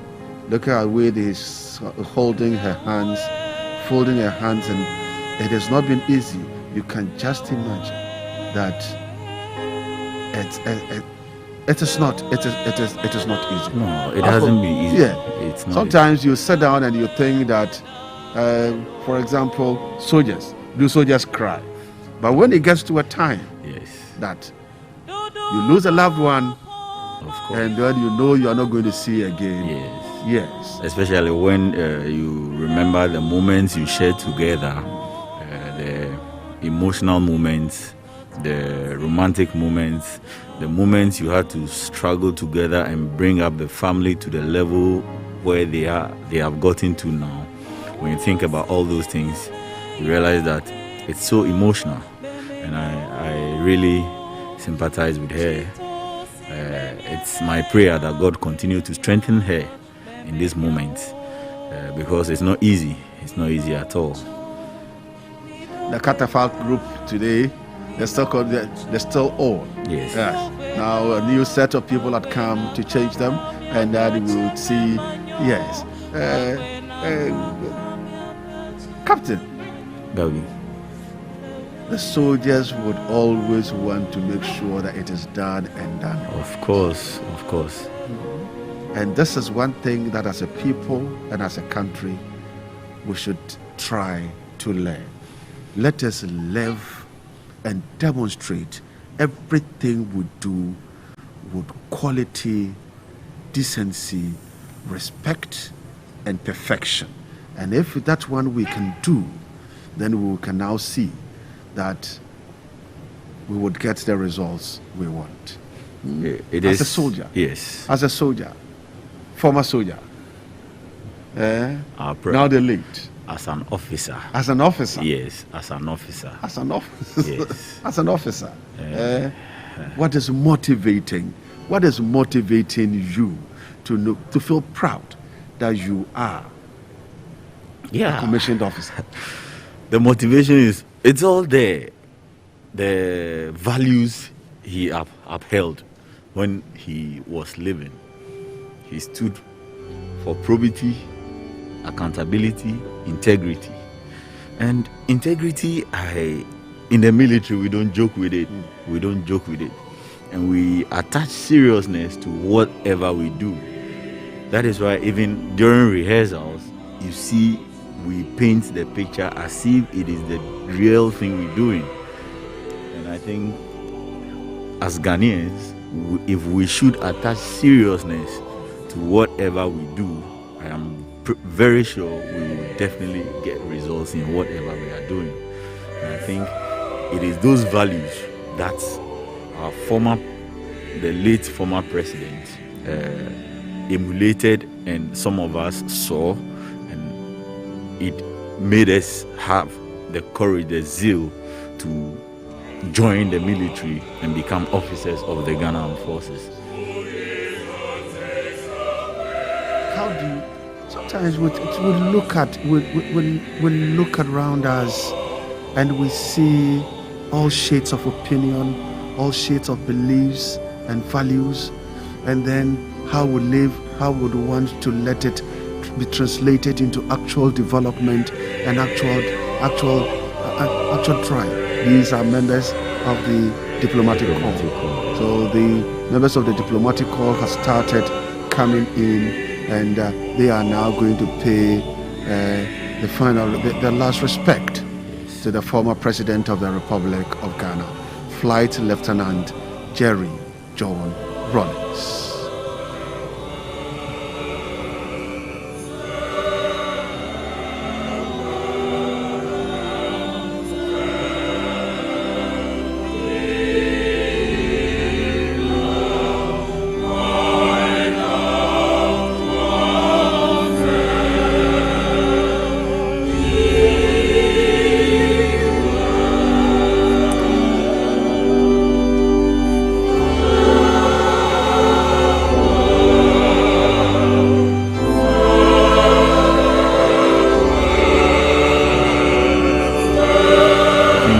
So good, the rate and level at which we are going, and I am hopeful that as the organized groups also come in, we would see the way the security at the various points usher them in that orderly manner.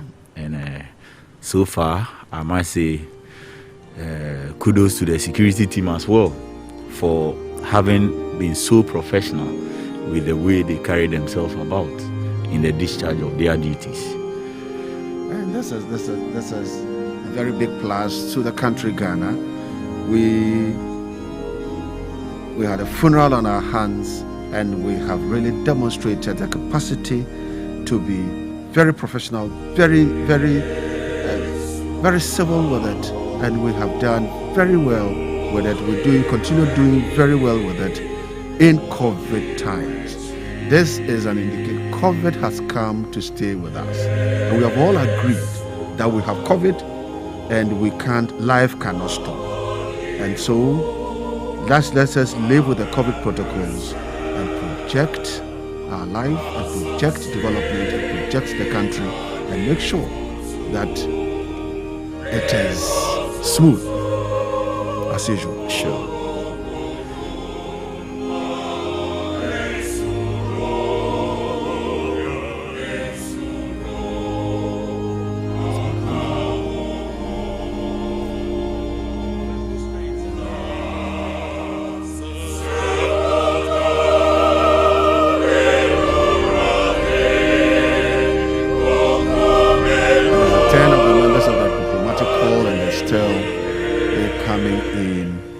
File past the mortal remains of the former president. I'm sure these are people who have actually, some of them have really worked with the former president. And they all have memories of what they have shared or their interactions with the former president.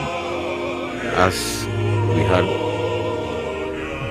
in the studio, as people spoke about him, his values he stood for, and I think we should all have values so that at the end of the day, if we are no more, we should have a legacy to leave behind for our families. Captain, that is the perfect conclusion. Yes. The question we should be asking ourselves: if I am in the casket now, what would people be saying?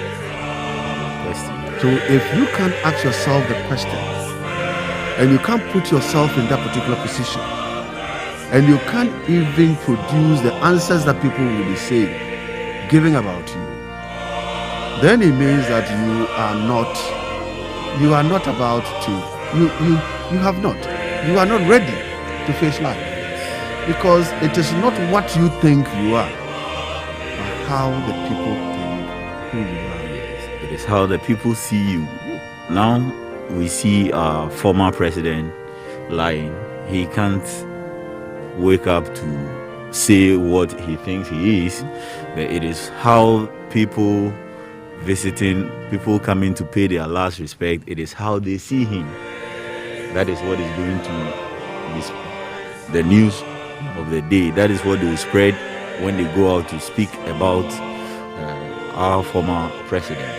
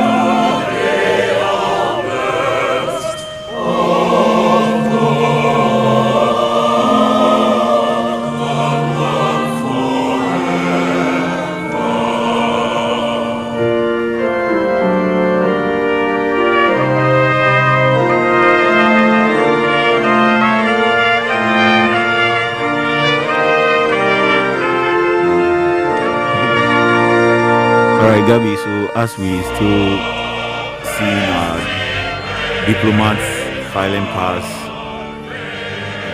the mortal remains of our former president, permit me to quickly run our viewers and listeners through the procession route. That is, after the funeral service at the square, the procession route. The route will take this course from the Independence Square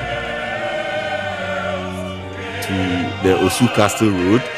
Then we'll move to the Ridge Roundabout, to the Kojo Thompson Road, that is within Adabraka, Circle, move to the Nima Police Station, the Gifford Road, that is the 37 Road, and we go to Bema Camp. Then from Bema Camp, we move on the Mahama Road, and then to the military cemetery. That's going to be the procession route for tomorrow. So as our viewers are home watching, and those who live by and they think they can also pay their last respect by just coming by to the roadside to wave and also pay their last respect to our former president. I will also take the opportunity to inform the public once again that COVID is real. COVID has come to stay with us, so we should all try as much as possible to mask up. We should wear our masks and observe the protocols that are laid in place by way of COVID. So definitely that will be maybe the challenge that we would have to face from that for the funeral. That will be tomorrow. That is when we get because you can't predict how the people will move out and how they would. And if we are not very careful, that is when maybe we cannot be in position to control the social distancing. But I know that since our brothers and sisters of the military will be there, you know, it's sometimes when you see an authority, you're just supposed to behave. It's just like children in a classroom. When the teacher is out of the classroom, you can hear all sorts of noise. But immediately the teacher walks into the classroom, you can see order. Right. And so far as society is aware that the men and women in uniform are our own brothers. They live with us. Yes. When they take off the uniform, they are just like us. You can't even see, you can't recognize him. You can't say he's a soldier or he's a policeman. Immediately he takes off and he's in a civilian, he's in a mufti, he's like us. But then they have joined to do it, and that is what it is their responsibility to drive and direct. But Gabi, I would believe, I'm very sure that Ghanaians are getting to know the reality that COVID is with us now. And I'm definitely sure that tomorrow, as they come out in their numbers, they will definitely wear their masks and observe the protocols. I believe Ghanaians are very obedient. I believe Ghanaians are very obedient, and they wouldn't want to wait until security or enforcement agencies come out to enforce the laws that they should wear their mask before they wear. I am sure Ghanaians are moving from that level of not understanding what the reality is to understanding what the reality is. Yes.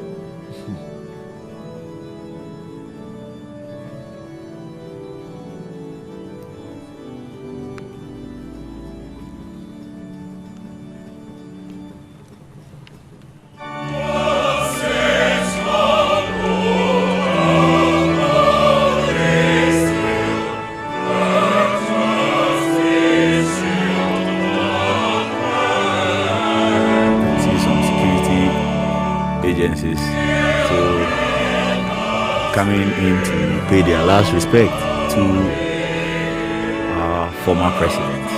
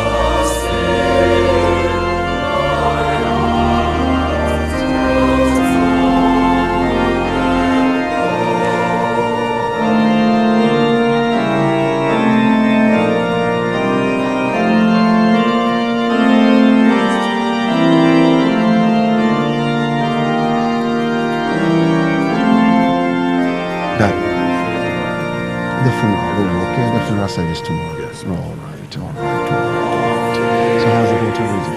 What are the news? Doing well. It's doing very well. Very well. That is that.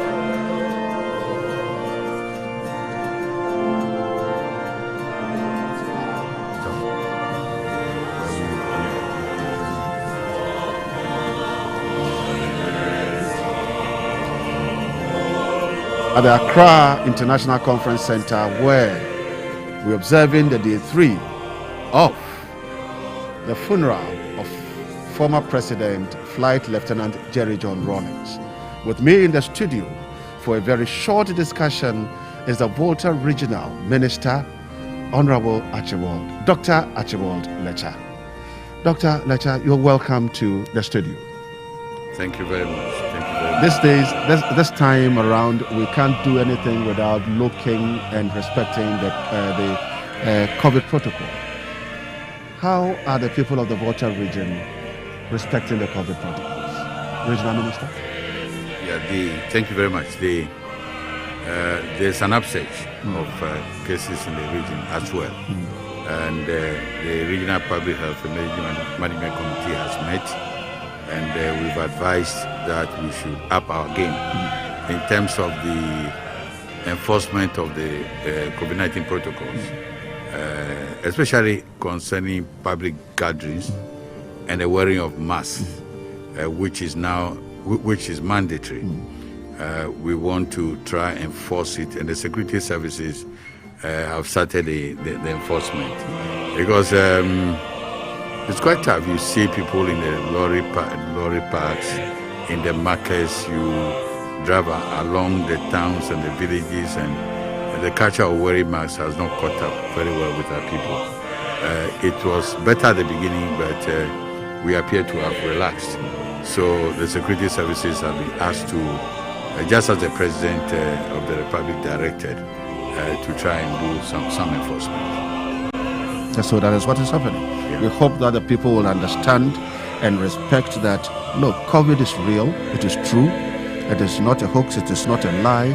Nobody should tell you that COVID is not there. Somebody wants to profit from COVID, and therefore and please protect yourself. That's right. Let the regional minister assist you to protect yourself, and let our brothers and sisters in the Volta region know that we need them all together to move Mother Ghana forward. Right.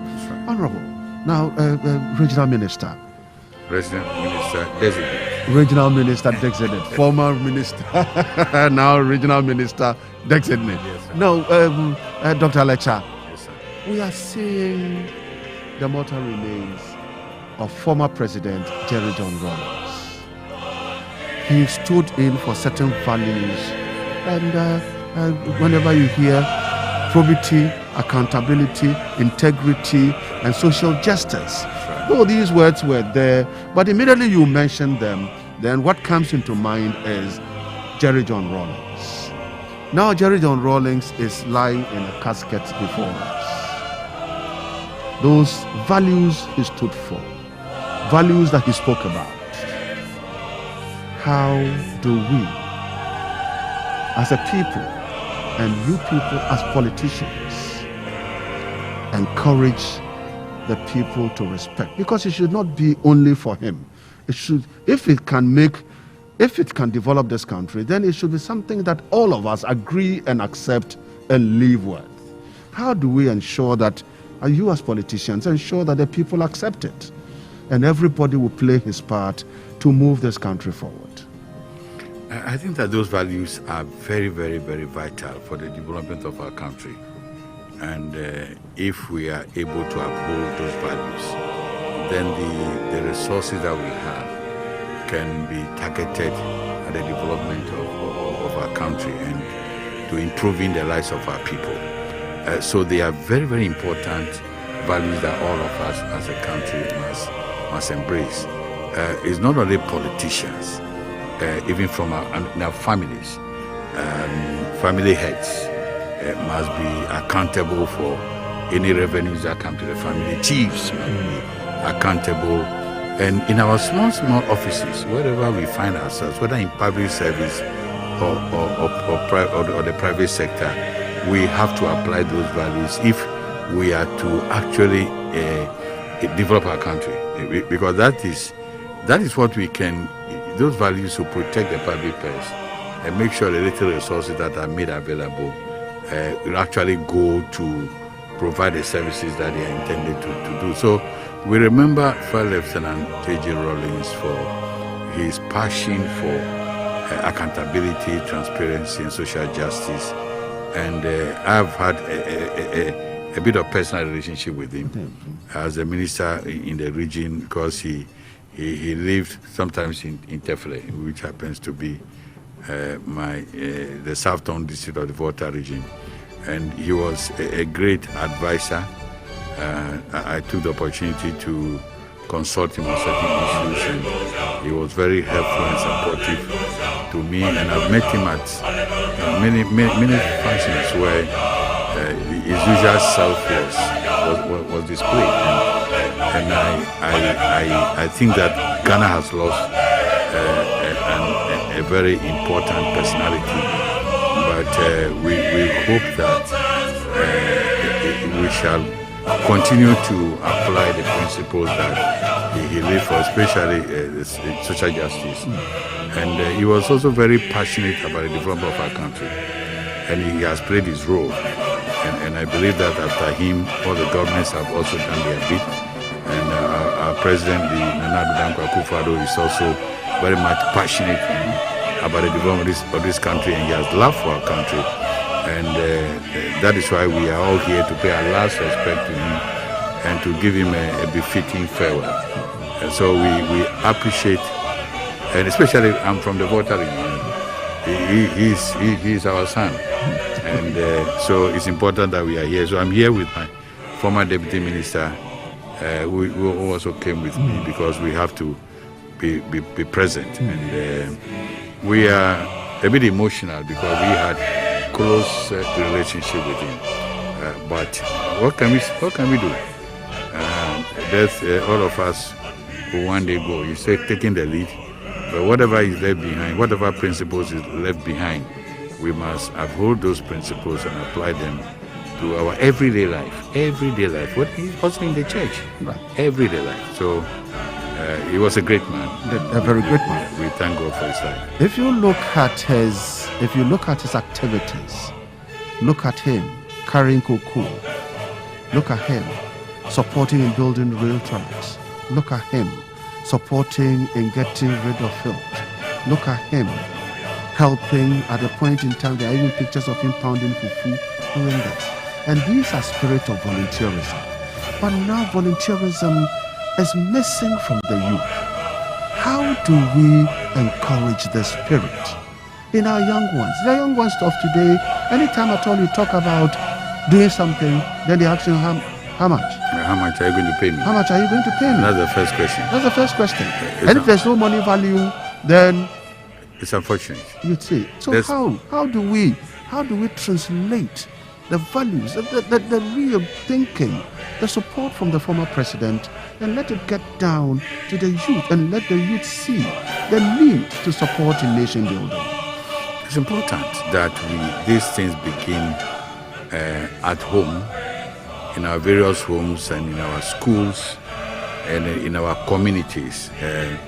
Very, very important that the spirit of volunteerism is revived in our community.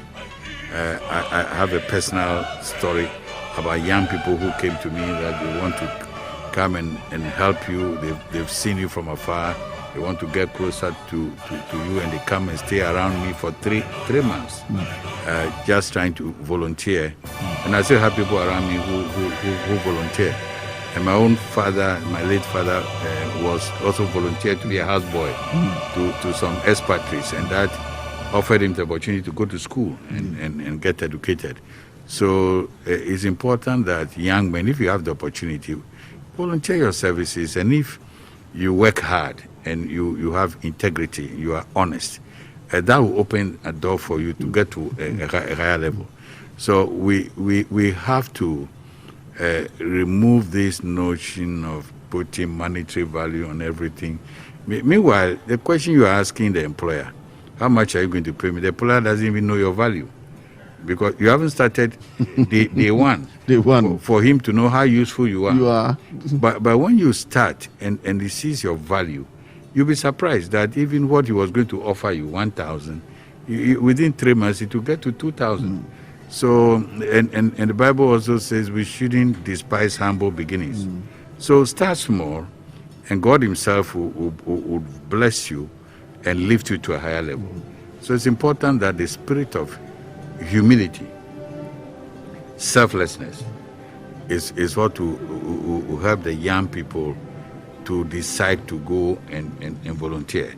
We have a government program called the NAPCO program, where the government brought a policy to get young graduates who are unemployed to go into apprenticeship in various departments and so on. Those who are humble enough to accept it, many of them are getting better opportunities. But some of the people didn't value the policy, and therefore they are still home, unemployed. And they will tell you they want to work at Bank of Ghana, they want to work somewhere. But start from somewhere. And God would open greater doors for you. So we have to work on that in our homes and in our churches. After all, there are people who work in the church as ushers, cleaners, who are not paid any money. And so if we begin to work on that I'm not doing anything, can I go and offer my service to this business? And you get there, so CEO, I'm a graduate in ICT, but I haven't got a job. And I realize that I can be of some value to you. I am here to volunteer service and support your company to grow. Obviously, at the end of the month, that man is not going to look at you to go home with nothing, because you are going to take transport, you must have lunch. Therefore, he's going to reward you temporarily until one day he will tell you that, man, John, I wouldn't allow you to go, so I want to offer you a job, a contract for 2 years. So the volunteerism, if you are a hard-working person and you are honest and transparent, if you come and go and volunteer with a company, you are likely to be engaged permanently until you get a better offer and move on. So it's very important that we cultivate that spirit. That's right, very important. Now, the man lying in front of us, as you said, rightly said, you put it, is our son. And a very solid son, a very strong son. That's right. A very strong son is called. That's right. How are the people in the Volta region seeing this loss? Yeah, we are very sad that he is not able to stay with us longer, because he has a lot of experience that he shares with some of us, and we'll miss him. Even those who don't get closer to him admire him from the distance. He was very charismatic and very down to earth. I mean, I visited him one day and we were to have breakfast. He told me that there was a very good wache from the town. He has a special wache seller that provides the wache. So we were waiting for the wache until the wache arrived. And in actual fact, the wache was anointed. Heavy wache. Very heavy wache. And we really enjoyed it. So he was very down to earth. He wasn't arrogant, very humble, and we have lost a great son of our region. That's now the Volta region, Rawlings. Do we have any intentions of maybe making sure that there is something to encourage the people to know that we can get another Rawlings from the Volta region? Somebody who would be thinking like him, believing in taking his time to achieve results. Do we have any intention of creating something for the people of the Volta region, the young ones? The young ones will have to be inspired by characters like J.J. Rawlings. You have to be inspired. And it calls for humility, it calls for hard work, it calls for upgrading of yourself. I mean, you want to be like this man, I want to be like him. And not only one person, many people should aspire to be. Like one thing I like about him in his final days was he was very apolitical. He was no more political. And if we look at these things without the lenses of politics, it will help us more, because everything seems to be politics, but life is not all about politics. Right, so on your screen, rudely, Honorable Minister, let me rudely interrupt you. We're still seeing the members of the diplomatic corps coming in to file past the mortal remains of the former president, Jerry John Rawlings. Today, as day 3 would end, and tomorrow, day 4, is the funeral service. That is when we're counting the hours to go closer to committing his mortal remains to the grave. And then we close the chapter, and then everything else would be is what we think about and how we see him in our eyes. You were talking about the way you have experienced him, and at the latter stages of it, he's not been political. He's just a unifier. He's tried to be a statesman, and he speaks and make sure that he's motivating and moving people. But it gets to a time that this country has been so politicized that it's sometimes it's not too funny. How come that we have statesmen? Look at former President before. He's a statesman. Yes, right. He doesn't politicize any situation. Yeah. He will speak and look at issue and look at it objectively. Former President Rawlings, look at the issue and look at it objectively. Why is it that we are not getting people thinking like that, the young ones not thinking like that, but the young ones are queuing behind flags, and therefore they can be so violent because of a flag, so violent because of a political symbol? I think, my brother, politics is about ideas, should be about ideas, should be about development. So it's important that we are not... Regional Minister, let me rudely interrupt you. And now we see on our screen the clergy, that is Palmer Buckle with his team coming to pay their last respect. You know, former President Rawlings is a Catholic. That's right. And so therefore these as those who coming in to pay their last respect. Yes. So, Regional Minister, you were talking about why is it that the young of today, I think it is, they're so political, and they can carry it to an extent. Yeah, it's unfortunate, and the responsibility of leadership, various leaders, to let the young people understand that it's about a battle of ideas, and at the end of the day, politics is not an end in itself, but it just means to development. So we political parties, we politicians, we go and campaign, and then the people decide. At the end of the contest, we must come together and support whoever has emerged the winner to develop our country. Because when the roads are good, we all travel on the same roads. If there is enough food in the country, we all will not be hungry. So I cannot say because my party is not in power, I should sabotage the development of our country for 4 years until next election.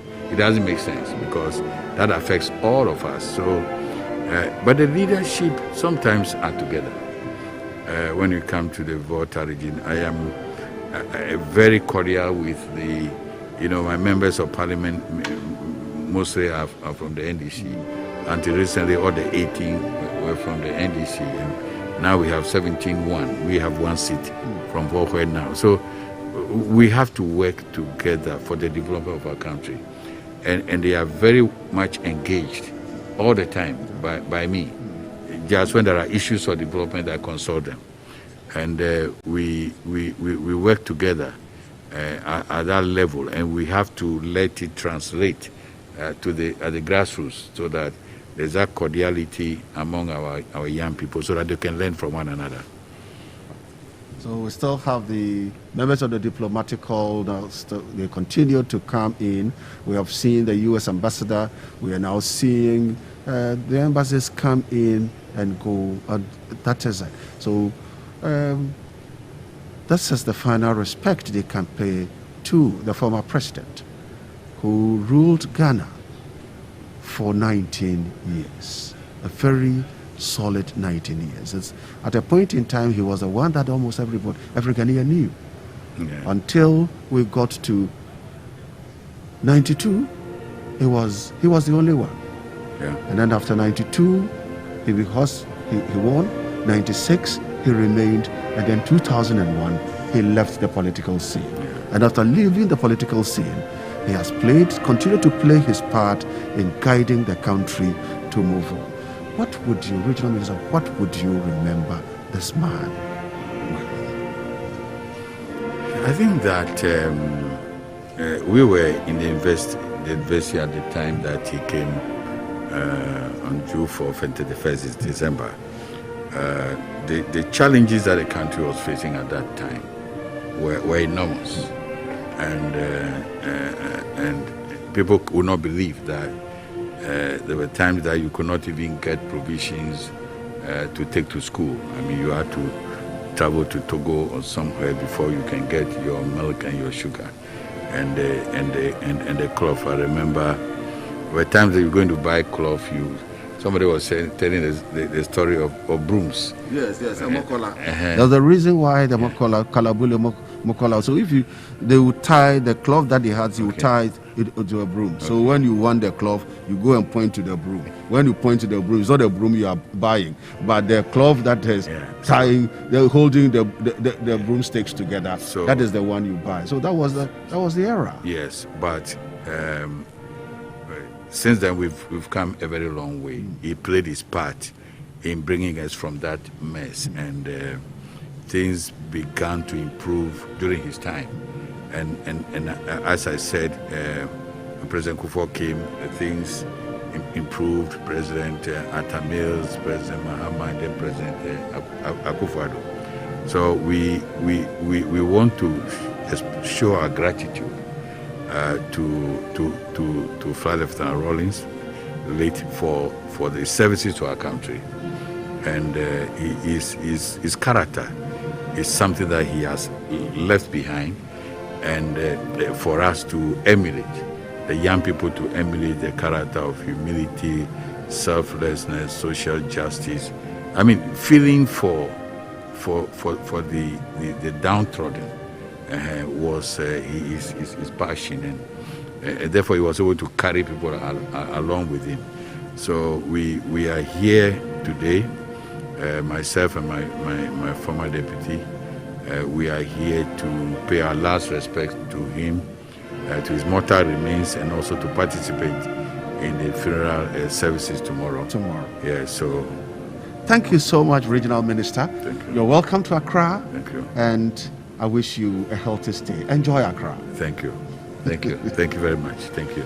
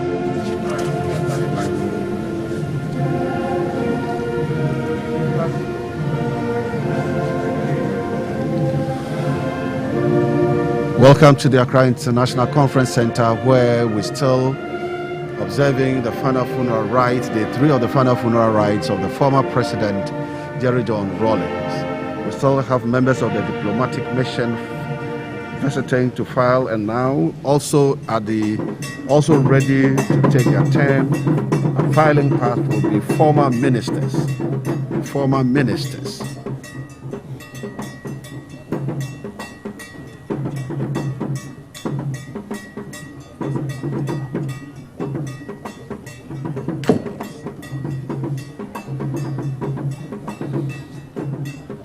Former ministers who are appointed by former President Jerry John Rawlings would now come in to file past to pay their last respect to their boss, their former boss, the late Jerry John Rawlings.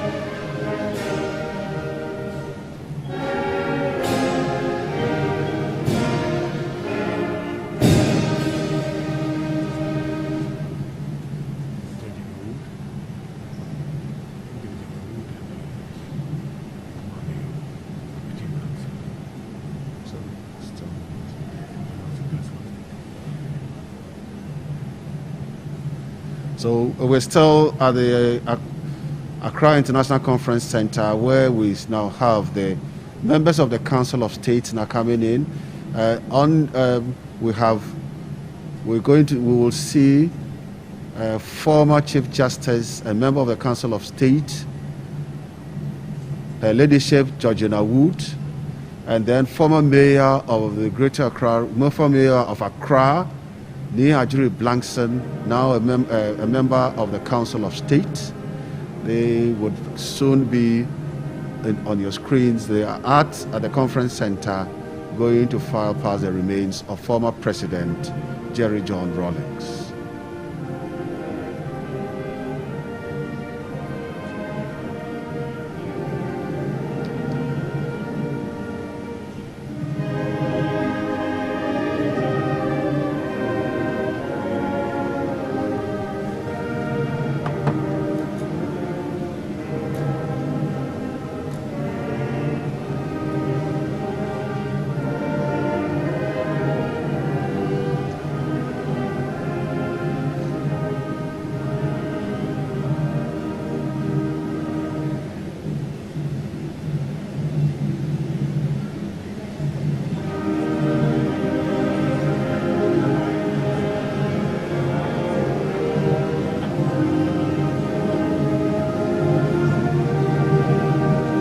Now we have on your screen some of the former ministers that worked with former President Rawlings.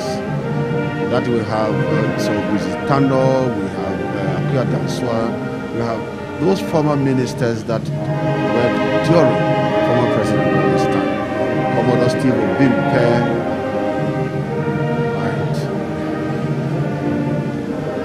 and Tano.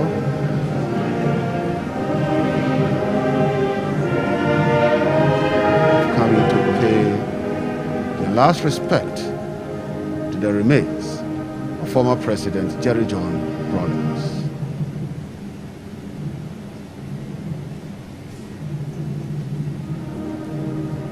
He was their boss.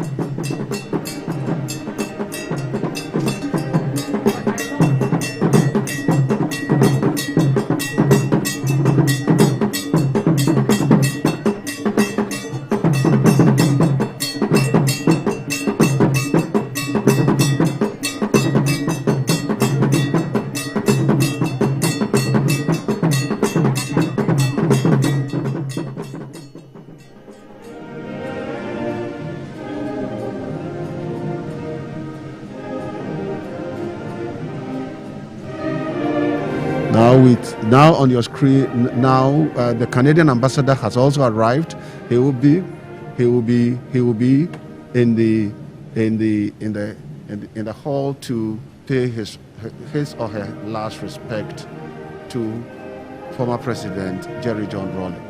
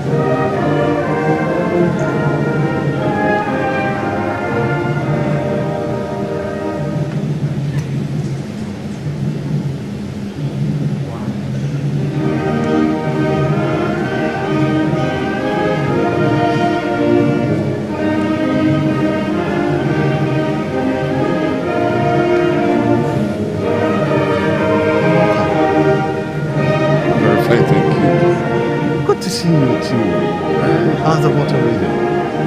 It's fine. That's it. And how is the constituency? Not bad. No, but you have to visit.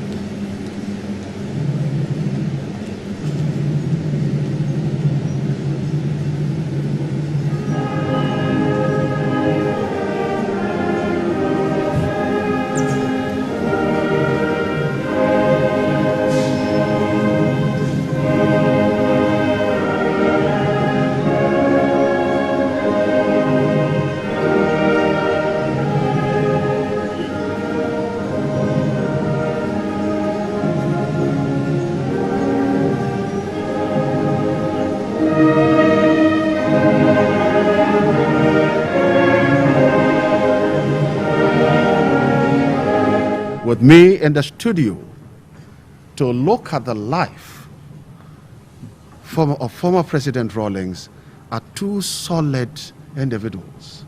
I have Akuyasene Adanswa, who worked with former president, and then Dr. Tony Edu. Dr. Tony Edu and Akuyasene Adanswa, you're welcome to the studio. Thank you very much. Now, let me quickly start with you, Akuyasene Adanswa.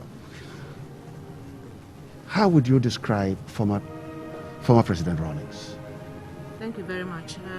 I would describe former President Rawlings as somebody who appreciates the value of people, who gives opportunity to people that he identifies as having some leadership qualities, somebody who was very humble, somebody who was hardworking, and somebody who was selfless as far as the leadership of Ghana was or is concerned. Right. Dr. Tony Edu. Hello. Flight Lieutenant Jerry John Rawlings, he was the people's man. Wherever he went, the people were there. Yeah. How was it like around this time? Well, Flight Lieutenant Jerry John Rawlings lived for the people. He worked for the people, and he died for his country and the people, especially the underprivileged masses of this country. Just like Kwame Nkrumah made African liberation and unity his mantra, Rawlings made social justice for the majority of Ghanaians, the underprivileged ones, and the probity and accountability of elected and appointed leaders his mantra. Anybody who doubts this can only look at the preamble of our 1992 Constitution, to which Nkrumah's freedom and justice has been added probity and accountability. That's the legacy Rawlings left Ghanaians. Akuya, Yes. Honorable Akuyasene Adanswa, MP, former MP, not died. Was it difficult working with Rawlings? Not at all. Once you knew what he stood for, once you knew what he wanted of you, once you knew you were doing the right thing, I didn't have any problem at all with him. And I really thank him for the opportunity he gave me to serve Mother Ghana. Right. Dr. Tony Edu, Flight Lieutenant Jerry John Rawlings, if you look at it, probity, accountability, integrity, social justice. And if we look at how life is all about, it's about wealth, it's about what we can get. If it is about Rawlings, then it means that you won't get anything. Was it easy working with him? No, he didn't say that the country should be poor. But he said, what the country has must be shared equally, or at least, if not mathematically equally, at least in terms of social justice, for the benefit of all, rather than for a very small minority.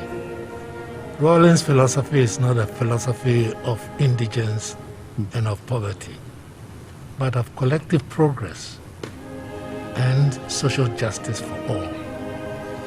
You only have to look at most of his actions, and you see that this comes through clearly. There was no ambiguity about this man. No ambiguity. No ambiguity about this. No. Akuya, Yes. before we go, we're looking, what would you, the man, he represented the people. Now he remains here. We are observing and watching it. How would you advise the youth to see the life of former President Rawlings, emulate that, to run with it for prosperous Ghana? Thank you. Unfortunately, the youth of today, most of them are in a hurry to acquire wealth, in a hurry to do, untoward things. But I think that in life, there is no hurry. Once you commit yourself, you have a plan, you commit to it, you work hard, you remain humble, and you don't misapply opportunities given you. One day you will make it, and make it big if you plan properly. For this great man who is lying before us, I think what he exuded was humility. I said it before, was hard work, was honesty, was being principled, and giving everybody the opportunity. So I think that we should emulate the youth of today, especially those of us, especially of young women coming up. We should emulate these things. When we are given the opportunity to serve, let's serve without blemish, because that is the only way that you will continue his legacy and also empower other women coming after you to also have the opportunity to serve in government.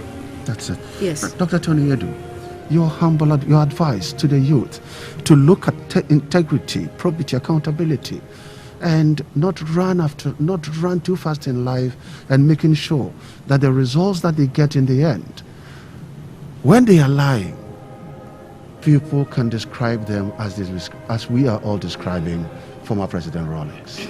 Yes, Ambassador Ukua Dansua has more or less said it all in terms of the advice for the youth. But the youth follow our footsteps. They imprint us. So what are the elderly, the grown-ups, what are they doing? There's too much materialism and individualism in our society. We say we are not poor, we are rich in resources. But you see, there's such a big gap between the few affluent minority and the large mass population. And yet power emanates from the mass majority. Why have our politics become so monocratic? Why? We didn't learn anything from 1979. People were executed for crimes that pale into insignificance as compared to today. Let me rudely interrupt you and announce that organized groups, this is the 10 of organized groups, and this is Achimota, the Achimota group, Achimota alumni. That is where Rawlings belongs to. They are now, it's their turn to now file past the remains of the former president, Jerry John Rawlings. Yes, Dr. Tony Edu. Well, the point I'm making is that our democracy has gone astray. It is no longer democracy. You have state capture, nepotism, corruption, and what I would call a fascist regime, complete fascist regime. Look at our Ayawaso, the very epitome of Hitler's brown shirts. And incidentally, those thugs were also wearing brown shirts. Just forget it, man. Thank you so much, Dr. Tony Edu, and Ambassador Ekuasena Danso, and former Member of Parliament for North Dai. It's a pleasure having you. Pleasure. Thank you very much. Thank you.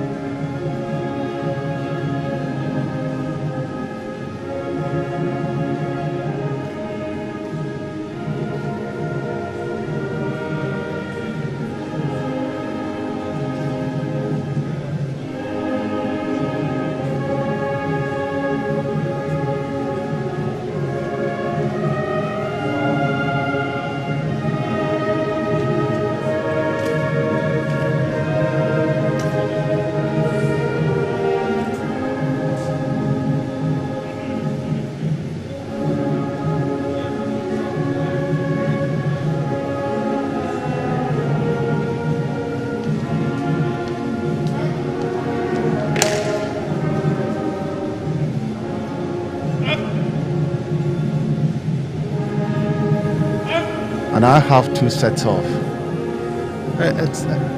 These are the real solid people that really work with former President Rawlings.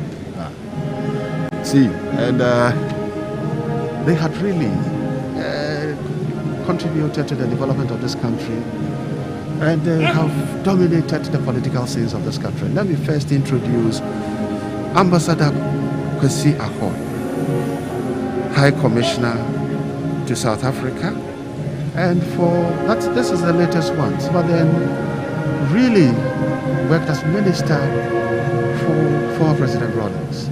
And then with him in the studio with me, we have Benjamin Clement Egan, who was a former secretary to Cabinet and High Commissioner to Malaysia. So gentlemen, you're welcome to the studio. Let me start with you. Kwesi, who was Rawlings? Was it difficult to work with? Just a little correction. I worked with Rawlings from 1979 through to, would you say 2000? Yes. Yeah. As the CEO of Ghana's Promotion Council, the CEO of Ghana Trade Fair Authority, and the CEO of Ghana Investment Promotion. It was under Professor Mills that I became a Minister for Agriculture, right. And under John Mahama I became Minister for the Interior and Ambassador to South Africa. So during that period was when Ghana was, the period I worked under Rawlings was the period when Ghana was trying to catch the eye of the wild world, as it were. We wanted to get into the export scene because our foreign exchange situation was dire. We wanted to attract foreign investment as well as local investment to boost up the economy of this country. So those were the times, and I recall those times. Jerry was not intended to travel. He wasn't intending to travel outside the country. He wanted to stay in here and put things right. But we also needed him to go out and sell Ghana to the international community, the global world. So we put programs together which took him out of this country and took him to tour virtually the whole of the world.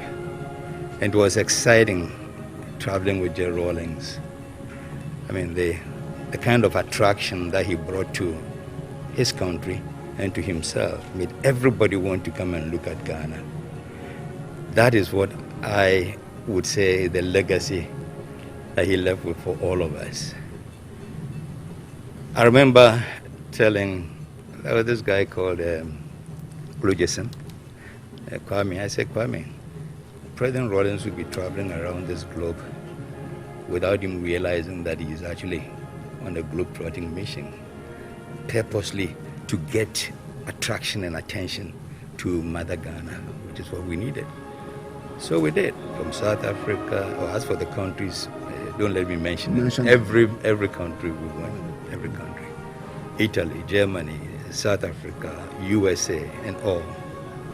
And the beauty of these international missions was the team that he took along with him. Jerry did not discriminate between personalities.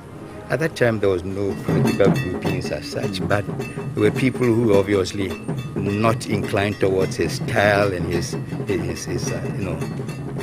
exposure in Ghana at the time he did. But we were compelled to travel with most of them. And I recall once upon a time in Japan, he called me to his room and says, Chief, he calls me Chief. Chief, why is that every time we are traveling, the delegation, you put all these people that you know are not on our side, you put them on this mission of mine? I said, yes, sir. So that one day, when you are accused of moving with your cronies, family members, etc., to go and look for business opportunity, you will tell them, no, it didn't happen under my term. He said, are you sure this will happen? I said, yeah, it will come to pass. It didn't pass until Amma Benyuado went to sit in Peace FM one day. And they were talking about, as for President Kufuor, when he was traveling, he went with business people across the divide. And Amma Benyuado said, stop. Meanwhile, she had come to me for all the apo, we say in Ghana. He said, stop, give me one NDC person that Kufuor traveled with in this whole term. And the room was quiet. He says, see, I know, you can't give me one. But listen to this. When Rawlings was traveling, and then she started, she mentioned Germany, and she will list all the people who went with us. She will mention America. She will mention all the people who went with us. And it's interesting, and they are all alive to bear witness to what I'm saying. Ken Ufureta was with us. Fred Owari was with us. Kiku was with us. That's Zade. Too many names to mention. Just a few. But that is the spirit of Rawlings. Once he understood that they have a purpose to serve on that delegation, that was it. And he moved with all of them. And we did what we did for Ghana in those days. That's right. Ambassador Egan, what did Rawlings, what was his foreign policy? What did he represent? You, Ambassador to Malaysia, Secretary to Cabinet. What was Rawlings' foreign policy like? Thank you for having us in the studio. I would rather answer a question that many people might have missed as to what Rawlings has actually given to this country. I was one of the first people to be with him on the night of the 31st of 1982 at Gonda Barracks, when selflessly he said, look, this is the situation. We need people to help. I will be a bridge on which as many as know what they're about can go over and make their contributions to building Ghana. But woe betide anybody with dirty feet who would attempt to cross on my back. I'll react. I think he lived to that from beginning to end. What I observed from that was that he allowed all those who were knowledgeable and well-intentioned to make their contributions literally undisturbed. And out of that, I mean, concretely, we take Ghana's major developments for granted. Under his supervision, the Ghana public administration system was completely rebuilt. You know, the British had advised us at the time they were leaving the shores of Ghana that, look, you can't govern as we did. You need to restructure and decentralize. No. But it was only at his time that these two major phenomena were achieved. And along with it, also the very structure and system for good governance. We had the Ghana Civil Service totally overhauled to give it capacity for coordinating everything that a public administration system required. Until then, you should go back to 1982, find out any structure of any ministry, you will find it was basically administrative, no policy capacity, you know. And so this famous thing that they call the four-line directorate, you know, didn't come just by chance. It was well structured.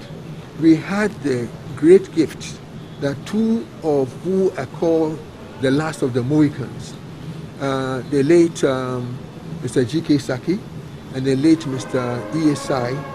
had somehow been left behind after some events in the country had swept away the strongest of our public servants.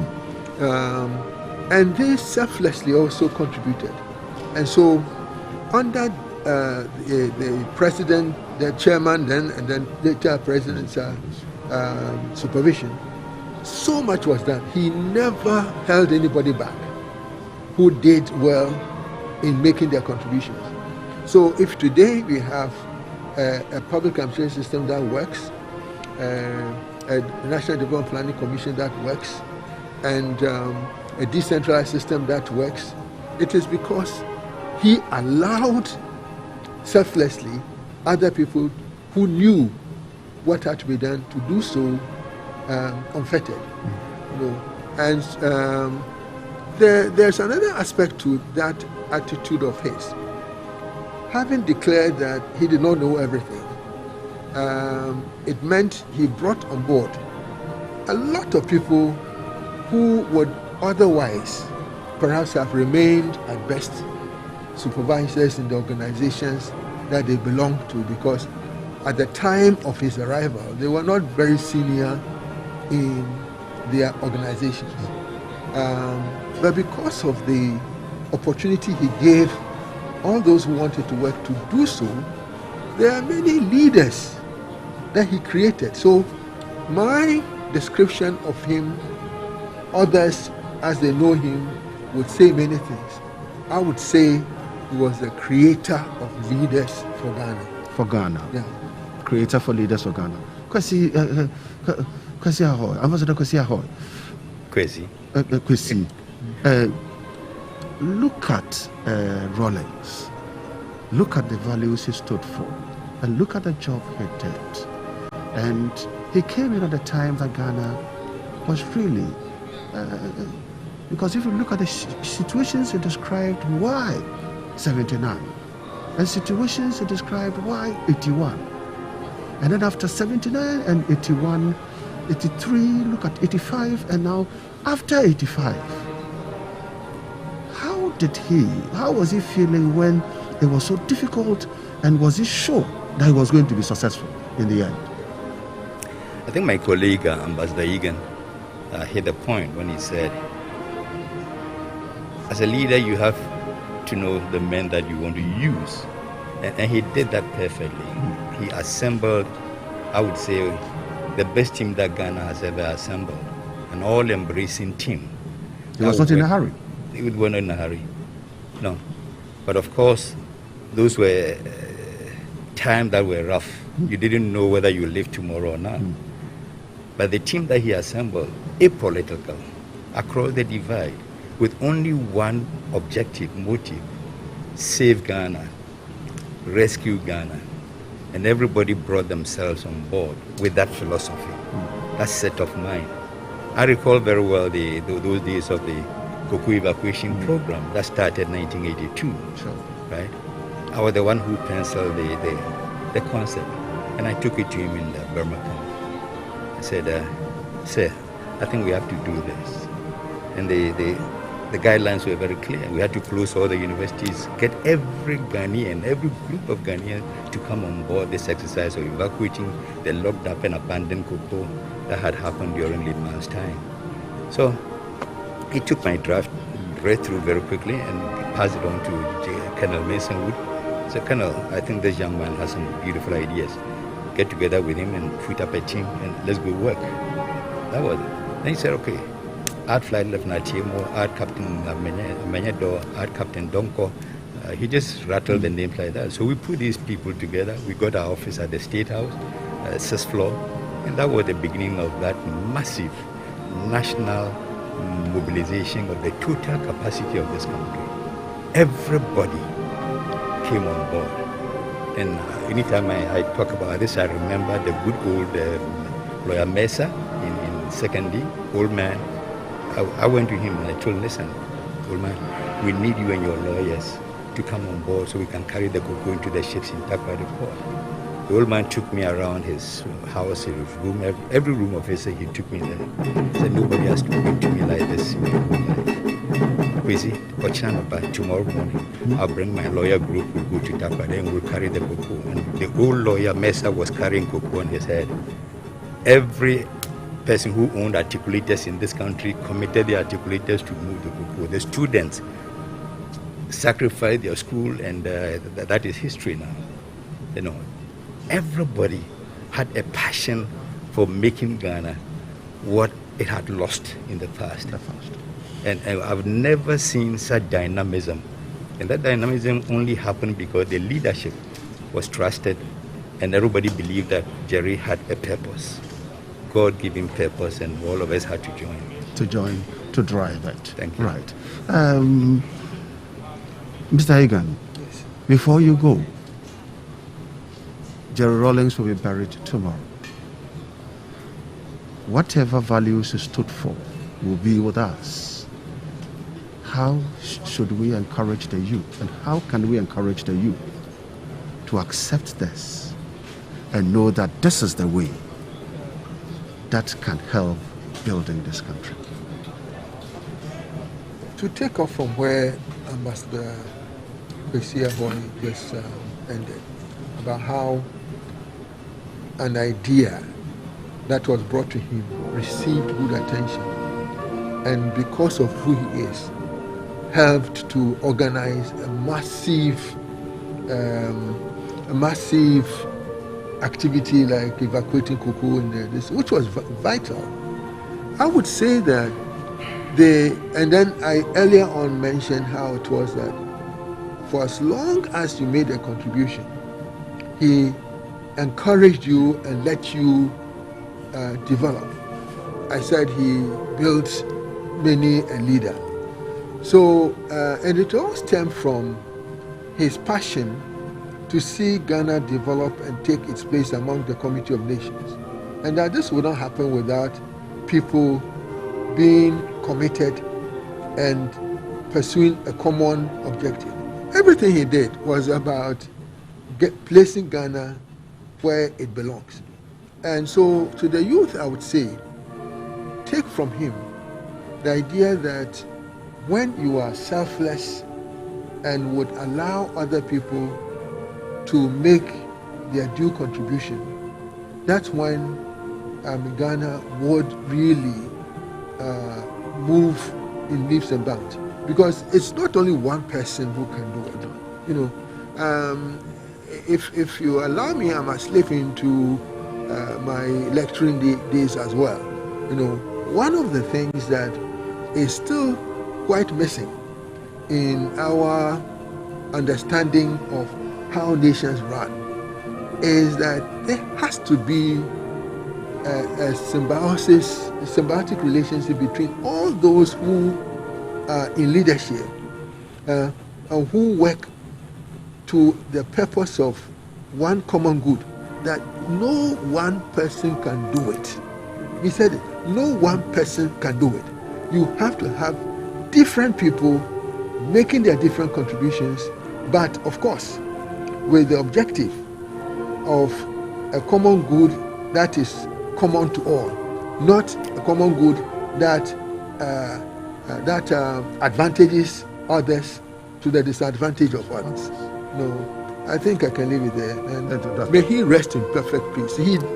When I heard about his death, I was shattered because I said, no, this man has so much more to offer, not only to Ghana but to Africa.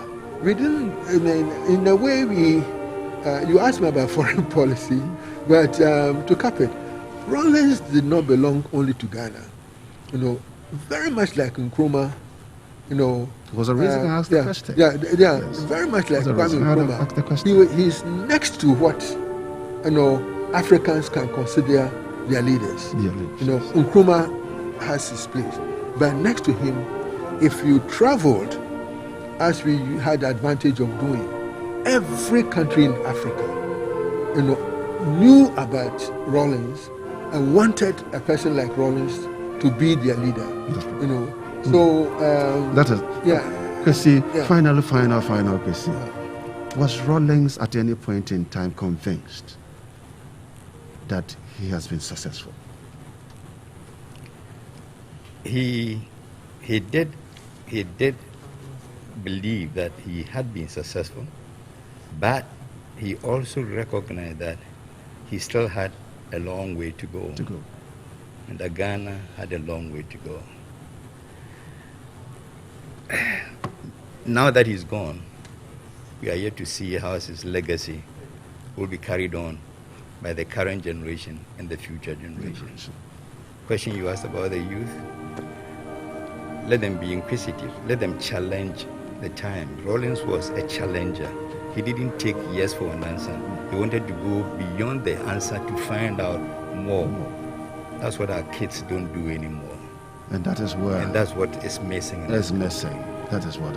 Thank you so much. Thank you so much. Ambassador... If I use the word enigma for this man, he was an enigma. Right? Sure. Check it out. Thank you. Thank you so much. It's a pleasure having the two of you in the studio. It's a pleasure. Right, brother. Oh, sorry. Thank you.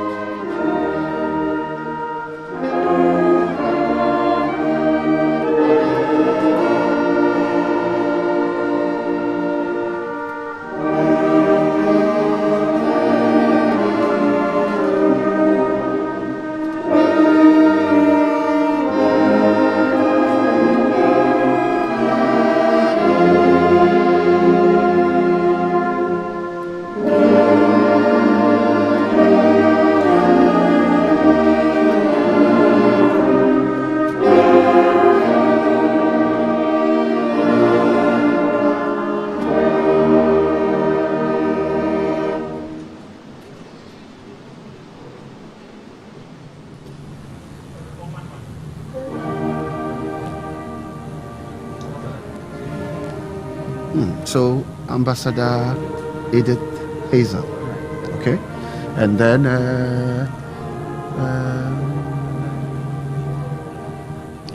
Ambassador Sylvanus Tamaklo. Is it Tamaklo? Yes. Yes, okay.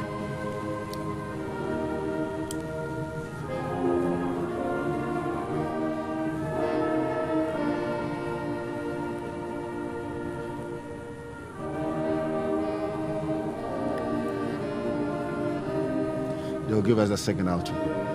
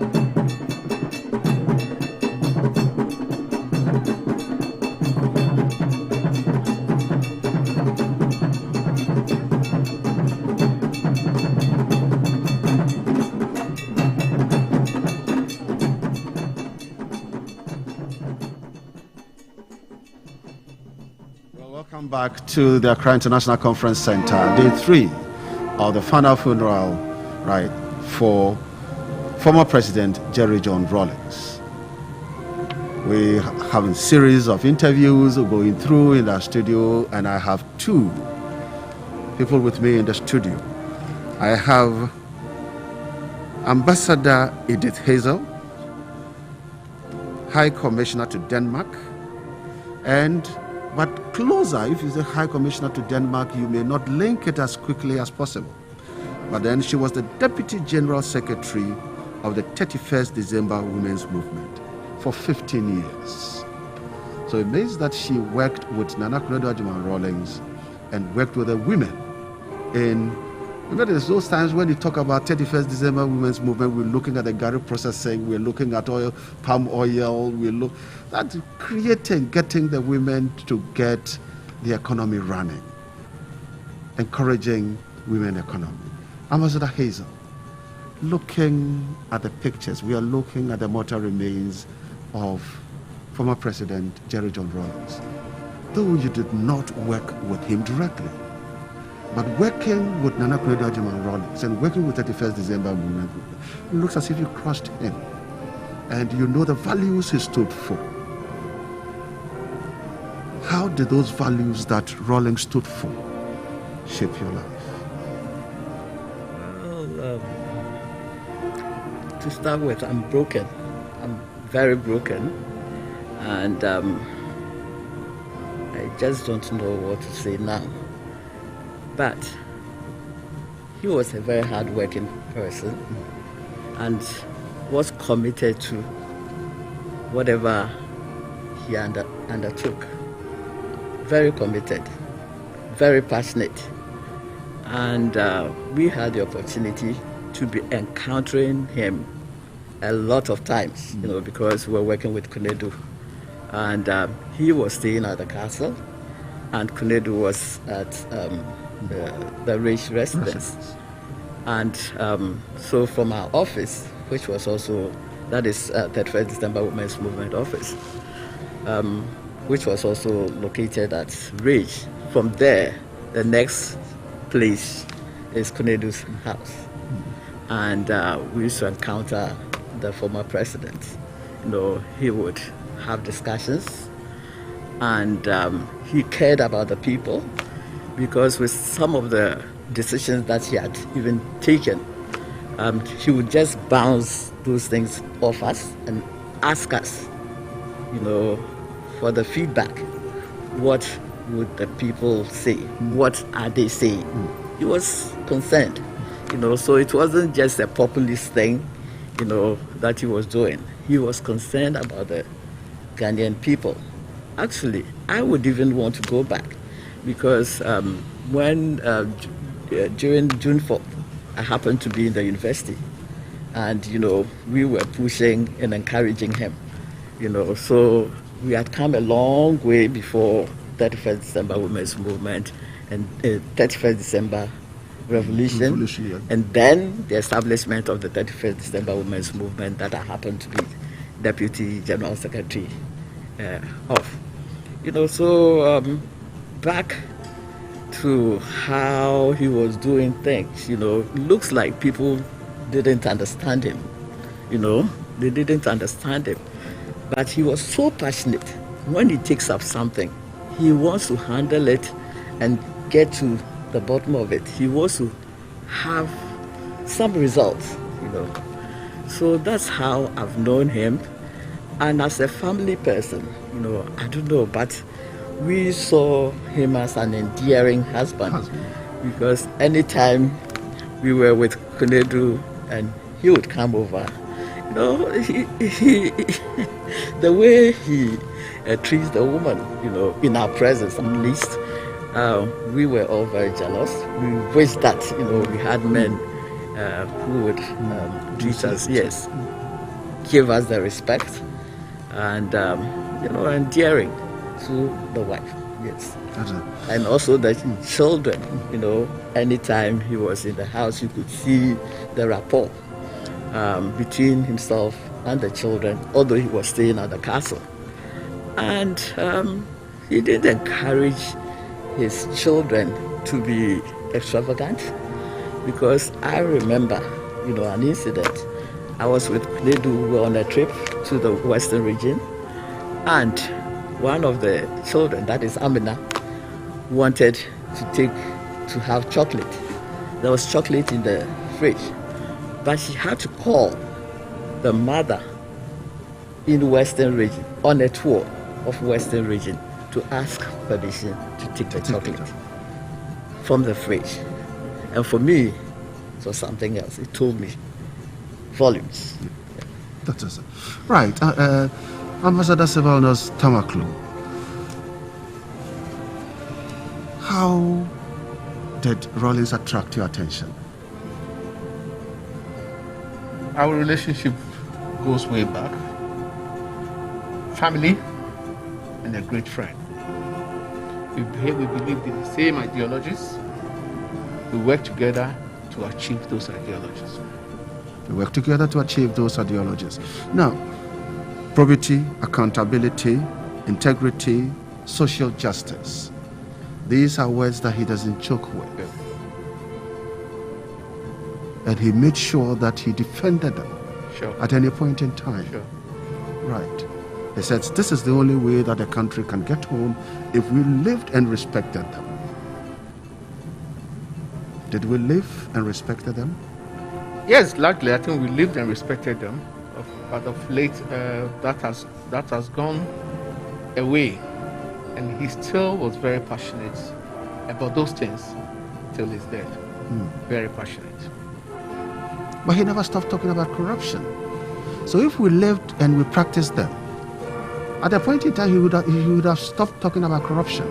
But he was passionate. He talked about corruption. Yeah, he was very passionate, and corruption. And he kept talking about corruption. He kept talking about corruption. From all that time to this time. You see. So it means that sometimes he's worried because after the revolution, thinking that people did not learn. Yeah, did he demonstrate that he was worried? He demonstrated he was worried. That people, the revolution did not move the Ghanaian to the extent that he would love to see the Ghanaian moved with the revolution. Can you imagine what would have happened by now without the revolution? Corruption would have been very, very high, getting out of place, and with its attendant problems, civil disorder and the rest. So let's give Rawlings his due. With the revolution, it kept corruption to an extent. Sure. It's just like people saying without the churches and the mosques, what would have happened to society? People would have been taking their laws into their own hands, doing all kinds of things. So I think the revolution has its place in history. It stopped most of the things. It kept corruption to an extent. But corruption is rearing its head again. Jerry is gone. We need another person to educate society about what corruption is. But as a friend and as a family member, was he at any point in time disappointed? Or did he demonstrate clearly that I am happy, that I did all the sacrifices for Ghana? Yes, he was disappointed in some things. And there was one thing I always made sure I spoke to him about. Each time somebody went to lie to him about what people were saying, I made sure I reached out to him to give him the true picture of what was happening. The last one was about former Minister of Communications, Felix Kwachiofosu also. And people had gone to tell Rawlings all kinds of things. So I got to him, I sat with him, with some friends of mine from Lima. And I said, no, Felix didn't say this. He said, am I sure? I said, yes. I can get Felix to come over to you. He didn't say this. And that was one thing I always made sure I helped him with most of the time, because we realized that people always went to him to tell him stories that were not true. And I always made sure I put those things right whenever I heard it. Whenever you heard them. Now the man is lying in front of us. Tomorrow, by this time, will be counting the hours and he will be getting ready to put his remains to rest at the cemetery. Right. His family. Edith, Hazel, his family. Your boss, Nana Rawlings. How would you encourage her? Because as you said, he would come in and tease her. So it was a beautiful marriage. And if you listen to him talking about Nana, it's a beautiful marriage. Now, his departure, how would you encourage Nana? Very difficult. I think it should be very, very difficult for her. And as I filed past, and I set eyes on Nana Konedu, Kimati,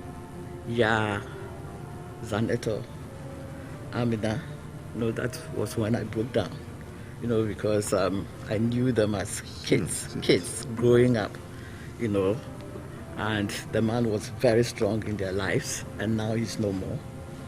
And it's going to be very difficult for Nana Konedu. But now she has all these children around, beautiful children around her. So she should take heart and continue with the work that she started and have faith in God. Because at this time, we can only say what I'm saying. But the pain is in her heart, and she's the only person. She's the only person who feels that pain. We can only support.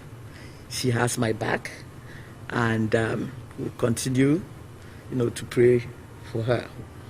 And talking about, correcting impressions, that's one good thing about him. And about Rawlings, for every leader, you should expect people to tell you stories. I don't think it's only peculiar to Rawlings. Yes, when you're at the top, those down there would come and tell you stories. But as Ambassador Tamaklu said, when you explain to him and he gets to understand and he believes it, then he puts you up. That's when he starts referring to you as a man or woman of integrity. So many times we've heard him saying that. So it's not only peculiar to him.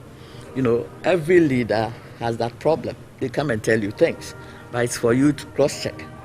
And anytime, he's had the truth, he turns around and he tends to work with the people. So we've lost somebody big, somebody, I don't know, who cared so much about our country. And I'm lost for words, There's one incident, his charisma. One incident, I remember when the teachers were agitating and there was a meeting at the State House, the conference room. And before he came in, they didn't even know he was coming. It was Konedu and some other people, Mrs. Vaidayeva, who were going to address the women. So they were talking, they were so angry. They were even threatening that Vaidayeva, when she comes, she wasn't going to have it easy. Then, suddenly, Rawlings pops in. The people, there was a particular lady that we knew didn't like Rawlings, and had always said bad things. When the man appeared at the gate, is this same woman who started a song, to encourage Rawlings. I mean, she was taken by surprise. She was moved and she started singing, to extol the virtues of Rawlings. That was his charisma. And at that same meeting, and he has that tendency to go off point and talk about other things that are on his heart. At that same meeting, I remember a boy had been beaten by the stepmother, that with cane marks on the back, and it became an issue. And it wasn't part of the discussion, but he suddenly brought that thing in. and raised the issue. That's how come, they took it up seriously, and whoever was involved was punished. Yes, was punished. So when he's convinced about something, he's so passionate. He goes all out, and most often he's been misunderstood. And I am happy that I got to know him, and may he rest in perfect peace. Ambassador Tamaklo, before you go, we have seen and experienced the life of a great man. He is a very great man. He is a statesman. Since he departed from the political realm from 2001, he has been a statesman until now. His departure, how would you encourage his family to look at that one, to be strong and carry on? Yes, definitely would encourage them to be strong, would encourage them to live by the tenets of what President Rawlings lived for, would encourage them to walk in his path. I remember in 1996, we were together in Singapore. And one afternoon, we had a free time, the delegation, and had a meeting with President Rawlings, just us. And there was an argument between myself and President Rawlings. And I stood my ground. I told him that I was very sure about what I was saying. He was a bit upset, but this is the mark of a good leader. We got out of the meeting, he came, he held me, he said, I like the way... A firm position. The way you were very firm. So keep it up. That was the beginning of a very good relationship. He called me anytime he wanted to check on anything, and I gave him a dispassionate view. I will miss him. He shall forever live in my heart and in the heart of everybody. May he rest in peace. Peace. Thank you so much, Ambassador Edith Hazel, and then Ambassador Sylvanus Tamaklo. It's a pleasure having you in the studio. Thank you.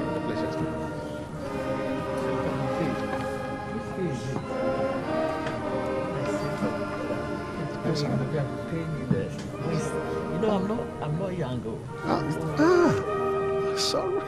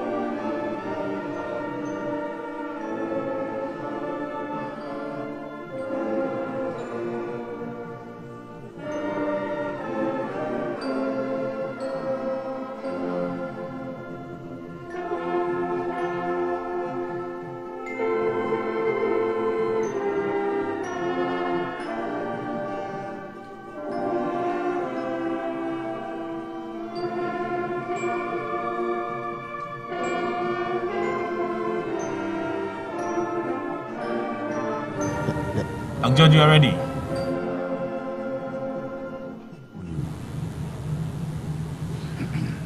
Still at the Accra International Conference Center, day 3 of the final funeral rites of the former President of the Republic of Ghana, Flight Lieutenant Jerry John Rawlings. Born 1947, died year 2020 at age 73. His remains will be committed to the grave tomorrow, Wednesday, 27th January 2021. We're now going, stay tuned, we are going for a short playback of all the activities that happened yesterday.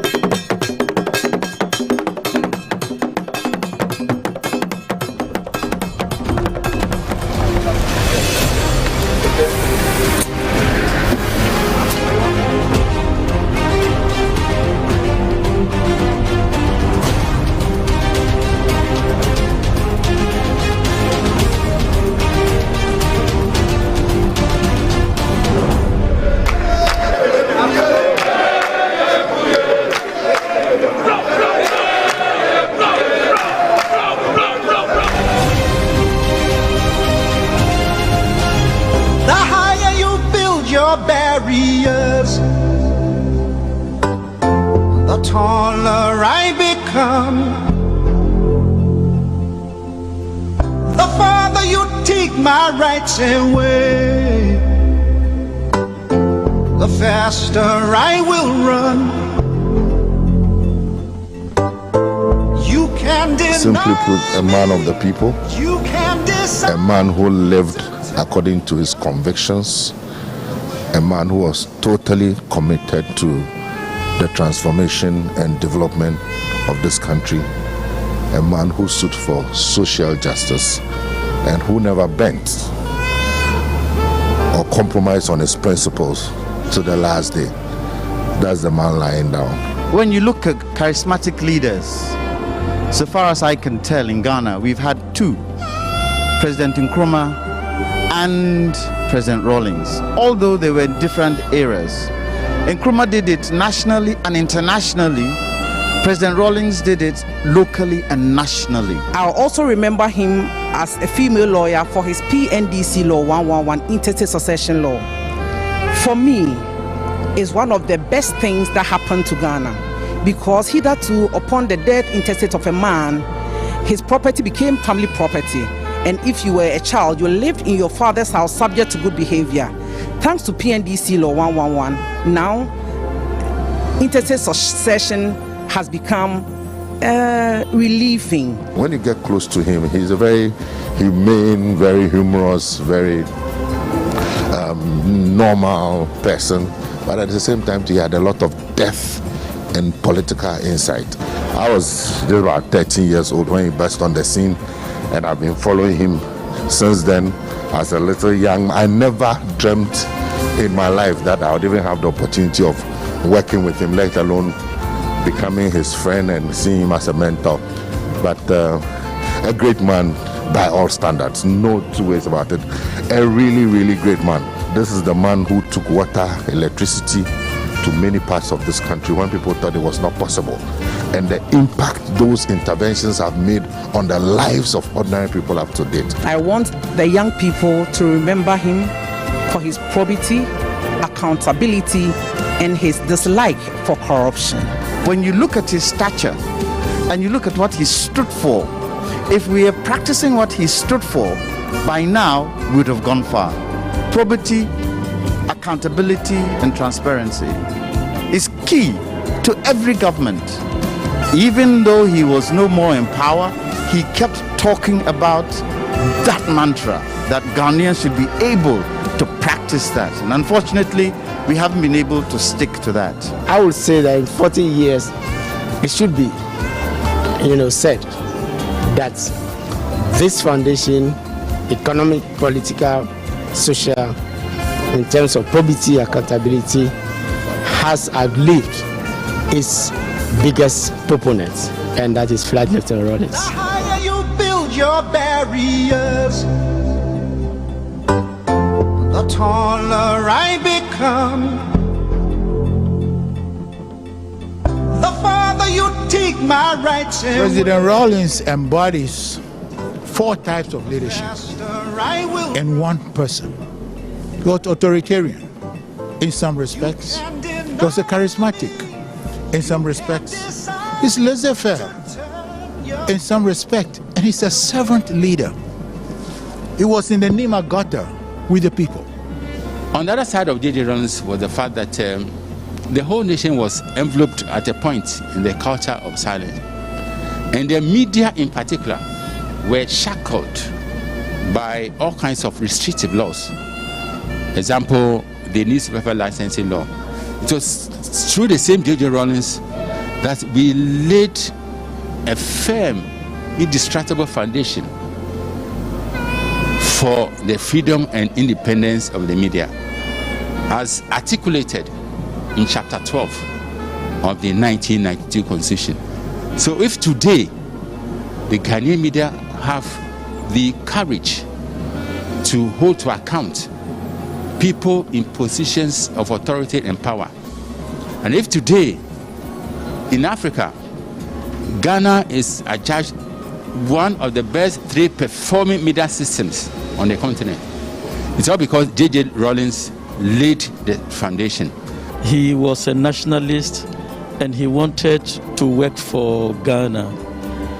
I also saw in him taking care of the poor, sharing his little wealth, and that is the reason why even when he stepped down as president after 19 years, I did travel with Rawlings, and I could see that he was not somebody who acquired wealth because he was selfless.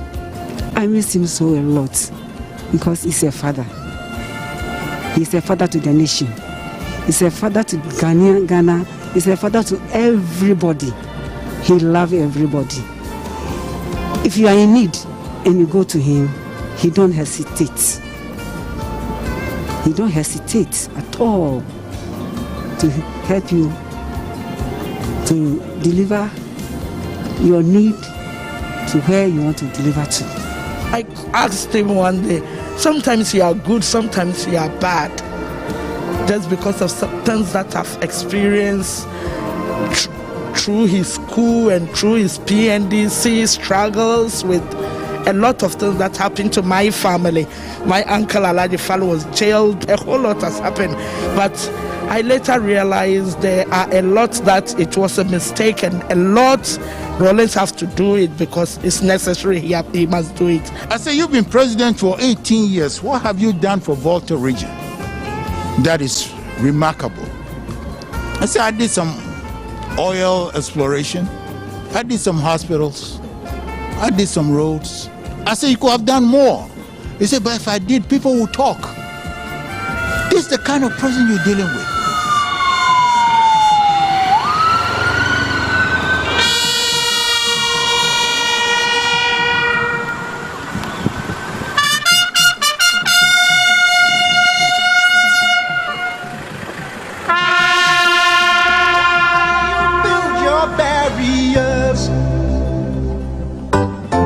The taller I become,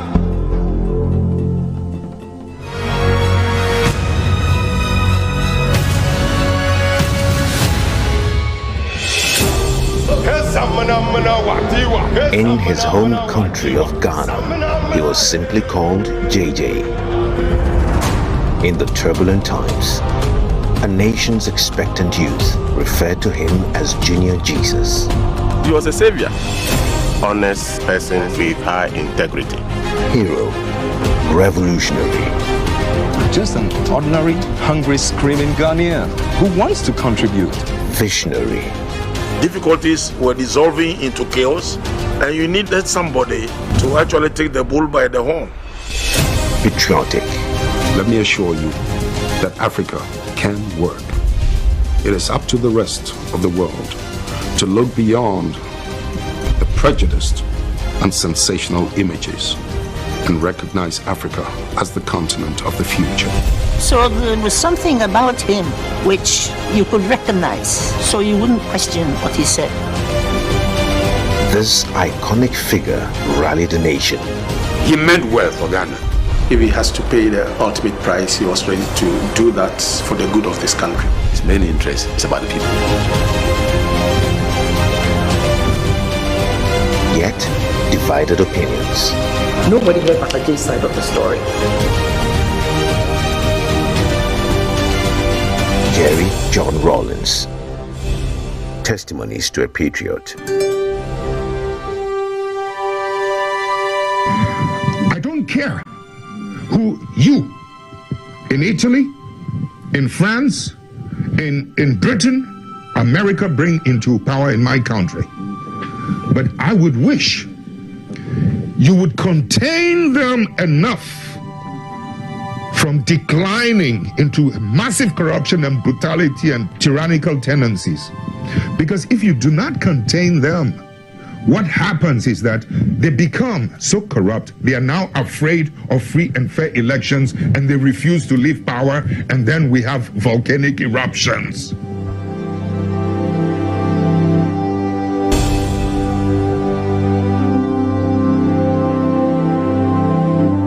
Jerry John Rawlings led Ghana for almost 2 decades as a military leader and a democratically elected president.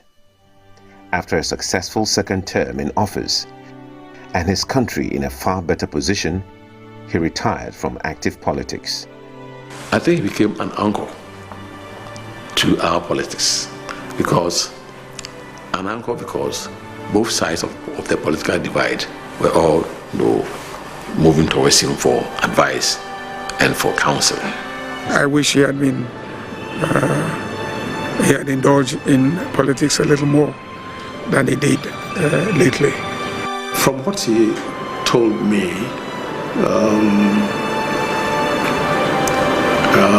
he worked closely with people who later on turned their backs on him. The one I learned about him was his trust of people. He trusted people easily. And when people he trusted let him down, it hurt him so much so. He himself was trustworthy. He thought everybody was like him. At the most crucial period, he didn't have people to lean on. He was quite disappointed. And that accounted for his withdrawal. He was hoping that the party that he had set up, he didn't want to dictate to the party, but he wanted the party to be wary of where the party came from and what had brought the party into being. And the very things that we fought against in 79 and 31st December when you see it creeping in, you begin to shudder. One day somebody asked me a question. He said, it appears your boss nowadays is not the kind of boss we knew because he has lost his vibrancy. I said, no, he's now a statesman. So taking partisan positions might not be the best, because having regard to the way we do our politics here, it's like if you are not with me, then you are against me. But then he was able to manage that system so well that he attracted both sides. The NDC saw him as our founder, and the MPP also saw him as a stabilizing factor, so that in the event of any problem, we can go to him and seek advice. And I think he did it well, with satisfaction and perfection. He transformed from the fighter pilot that he was to a statesman, and I must say that I'm very, very proud of him. One of the biggest attributes I found in him was that we started off in the 70s, and we're talking about values, human values. We're talking about these issues about integrity, accountability, and this thing. And I'm very, very confident that all throughout, after all he had been through, even when he was president, you could sit down with him and talk about these values. It's not everybody you could do that with. And sometimes when things were not too strong, you could see that he wasn't as, but he maintained those values. And I really respect him for that. Jerry Rawlings dedicated his post-presidency period to pursuits of his humanitarian interests. His service to the United Nations, African Union, and other global agencies contributed in making the continent a better place. He was also, I think, a very strong West African. He was a strong West African where he was willing to commit Ghanaian resources, both financial and human, to ensure peace and security in the sub-region. Because these were turbulent times in the sub-region, from Liberia, Sierra Leone, and all those, where democracy was being threatened, not only, but human life. The stability of those countries were being threatened. And he championed that. One time that Kofi Annan came here, and we had a long debate on this as to what he wanted, not only what he felt Ghana would contribute, but also how he would influence the leaders of that time, like Tijan Kaba at that time, to really live up to certain standards and expectations and so on. So he became leader really of West Africa to a great extent. Nigeria is a bigger country, but Jerry Rawlings was the one who pushed a lot of things, and as I said, provided the necessary resources and commitment and leadership and even dialogue. The instability of Liberia is affecting the stability of the sub-region.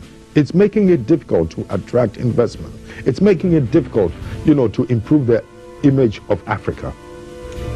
So I'm suffering, not indirectly, directly, both through the contribution of my troops to bring about stability and through the fact that, look, it's creating a wrong perception of Africa. So we have a moral obligation to do what we can to bring about the necessary stability, because we're all being judged, all of us, despite the efforts we're making, we're all being judged just by, little things happening here and there. He was a man of competency, in the sense that he understood peacemaking, he understood bringing people together, he understood real politics, and he understood the geopolitics as well.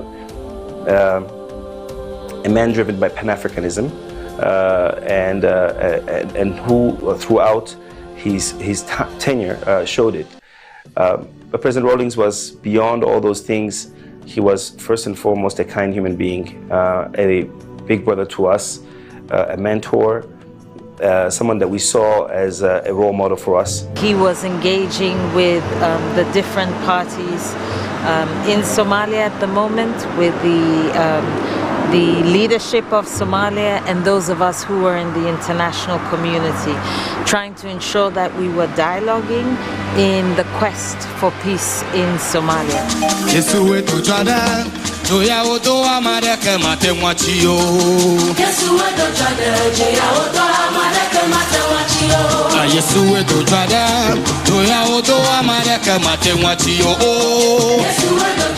From a young revolutionary to a visionary leader of a proud nation, Ghana, Jerry John Rawlings inspired many across Africa and the world. His name became synonymous with Ghana and was highly respected by leaders, many of whom called him a friend. Individuals like the former president brought attention to the African continent. These are the individuals who made us seen, made us visible, gave us space at the table. But these long strides to greatness did not come without huge sacrifices, family, friends, and personal sacrifices. After we went out of power in 2001, that's when I believe he had the chance to experience real family life with his wife and children. But the formative years, the natural bonding that he should have had with his children was not actually experienced by him, and therefore that was a sacrifice.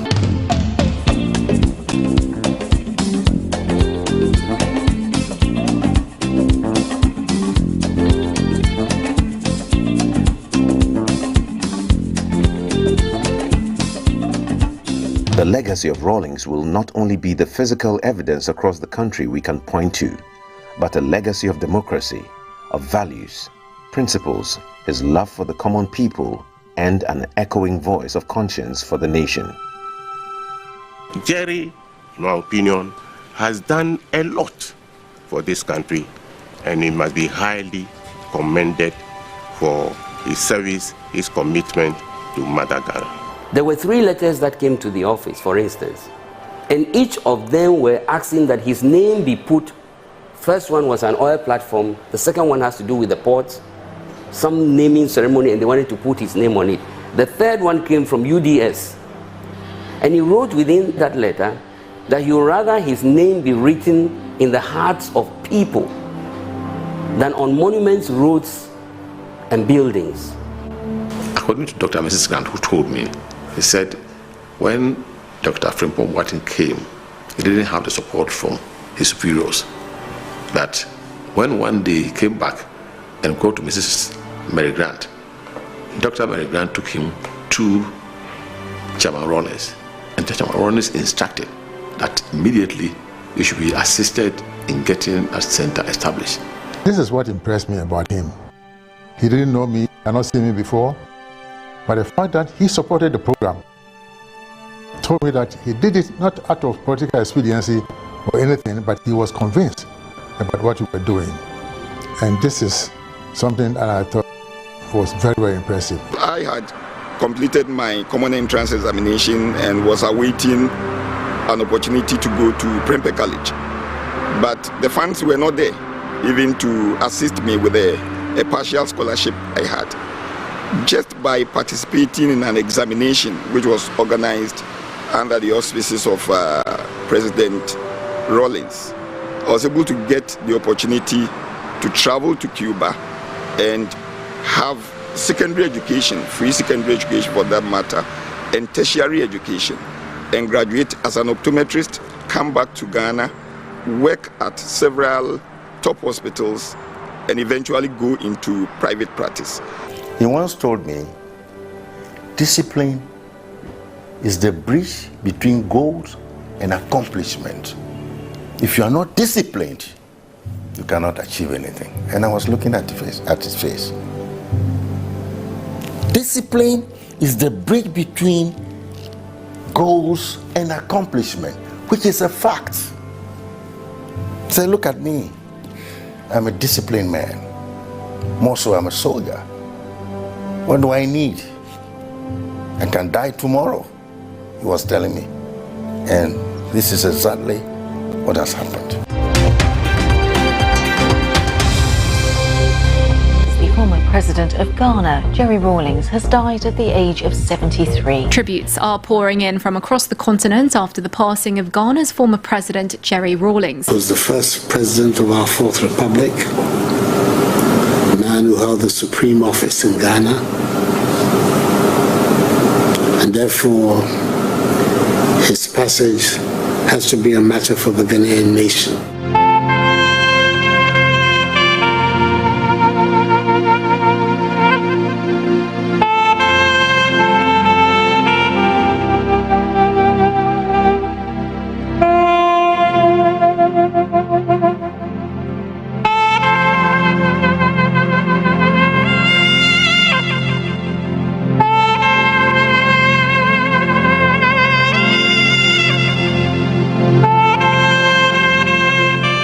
Like most people who are very famous in your life, you don't expect them to die. You don't. Human as he was, human as I am, it was difficult to associate him with death. He was a personification of life. How can someone like him die? And how is Ghana going to be when he's not here? It hit me like a thunderbolt because I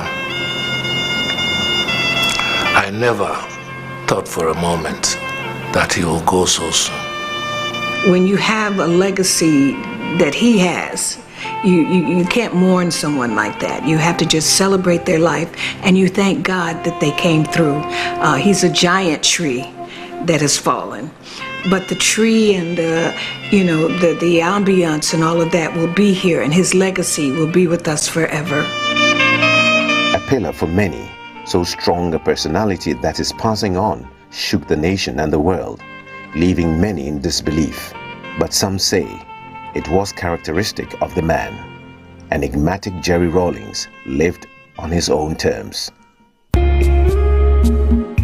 God knows best. Yeah. God knows best. But given the benefit of hindsight and the way he went about his last few working days, he must have known that the time was coming up. In fact, the day he got to the hospital, when I saw him in the hospital the first time, he told me that he was thanking me for making sure that he was sent to the hospital the time he was sent to, because he himself could see that he was a few minutes away from going. But thankfully he got there, so it was okay. In fact, I was sitting in this chair and my daughter just came in and she sat down and she was looking at her phone. She said, "Mommy, I've just seen, have you heard?" I said, "What?" She said, "Uncle Jerry." I said, "What has he done?" He said, "He's passed on." And to tell the truth, I was happy I was sitting down because it was such a big blow. I was so devastated.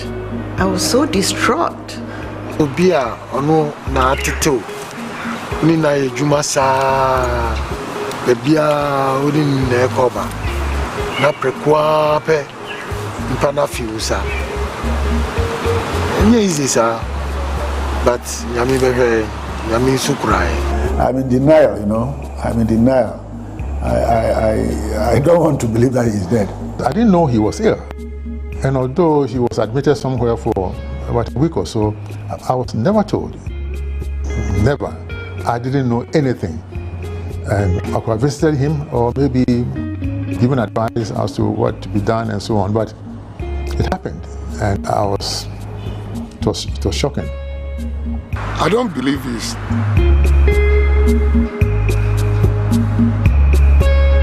I don't believe it's normal. I will believe it after I've seen the body with my eye, and if if I have the opportunity to touch it, which maybe I won't have the opportunity to touch it. But it will be very difficult for me to believe that my godfather is no more. It was the straw that broke the camel's back that day. It was bad. It was really bad.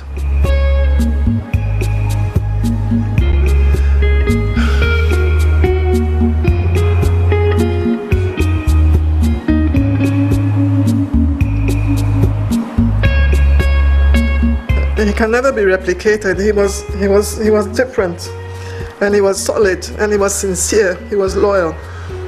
Of all my husband's friends, he was the most.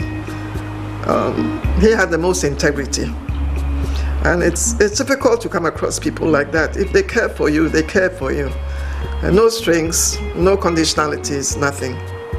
I wouldn't be surprised if he kept on wondering why I didn't fall on him more often. But for me, it was just enough that he was there. It was just enough that he was there. I'm extending my heartfelt condolences, my most profound thoughts and prayers will be with her throughout. And we pray and hope that Jerry Jones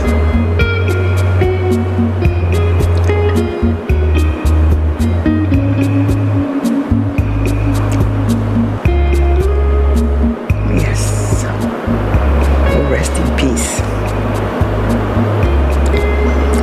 His perfect soul will rest in peace. I'm sorry.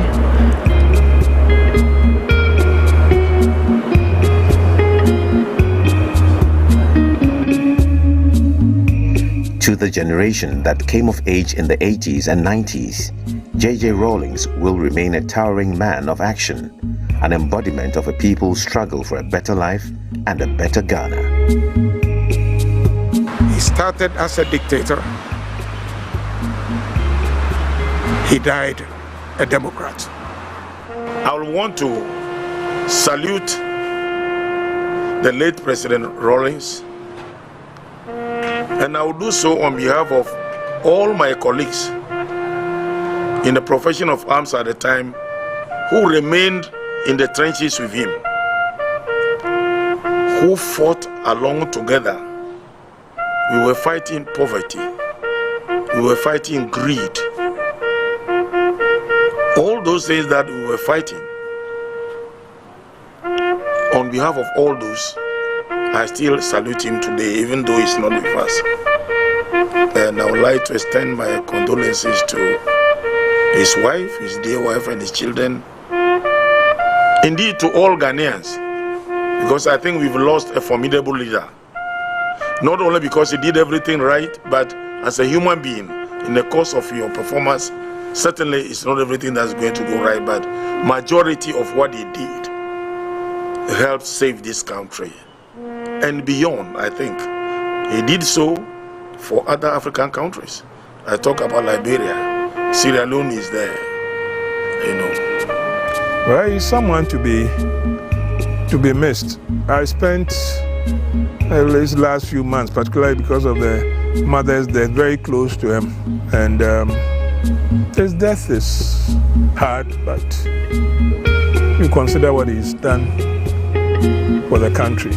He was dedicated, and he was a true patriot. I don't care what anybody says. He would do anything for this republic. It will take me some time to recover. But God's ways are not our ways. May the giant soldier rest in perfect peace. If salvation is a matter of believing what God said, he had it. Believing what God said about his only begotten son, he had it. His life may not be perfect like any of us, but I can assure you he had the heart of Christ. May his soul rest in peace. And anybody who knows these things about him, thank God for meeting him. It's been a privilege. The white man who brought the Bible into my country, he's the same person who has gone and invented the lie detector test, the chemical interrogation test. I would dare you to go and line up some of your finest policemen, some of your finest heads, some of your finest, what you call it, judges. Make any allegations against me. Whatever questions you want to ask, take me through a chemical interrogation. I will be the one who will pass. If we can learn to be bold enough to restore the value of truth in our society, then we will have justice.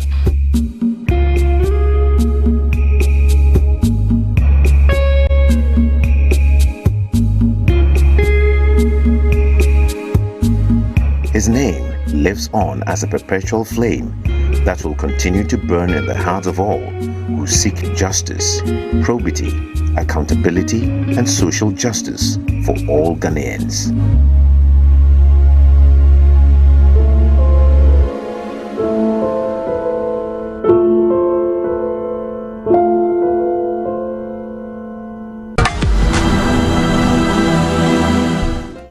The higher you build your barriers, don't you know your power? Why? Why? They know Ghana is the political light to Black Africa. Whatever Ghana initiates, stand up other places. You have a responsibility. Please. A lot of you no doubt know this, but how do you implement this? The victory, will come from you. They've orchestrated a whole lot of blunders. Consider this as the one very good and rewarding thing about that era. In their attempt to break it, it's a revolutionary thing fermenting in the country. Emasculation, to keep you and I down, to see things from only the limited perspectives that affect to us. You hide behind walls of Jericho. Our lies will come tumbling. Deny my place and time. You squander wealth that's mine. My light will shine so brightly it will blind you. 'Cause there's something inside so strong. The higher you build your barriers. Finding himself at the helm of the ship of state, J.J. Rawlings offered his countrymen a style of leadership which was at complete variance with what the nation had experienced. The concern expressed by him for the welfare of the vast majority of Ghanaians who live in the remotest areas of the land is shown by the many visits he is paid to whip up their enthusiasm. The happiness I'm expressing is most sincere and fresh each time, because I see through the strength of our dear nation embodied in the people gathered together at such occasions. And from such gatherings, I return to my work with renewed strength and vigor to carry on my part of the task which confronts us all as a nation. The more you refuse to hear my voice, the louder I will sing. You hide behind walls of Jericho. Our lies will come tumbling. Deny my place and time. You squander wealth that's mine. The higher you build your barriers, the taller.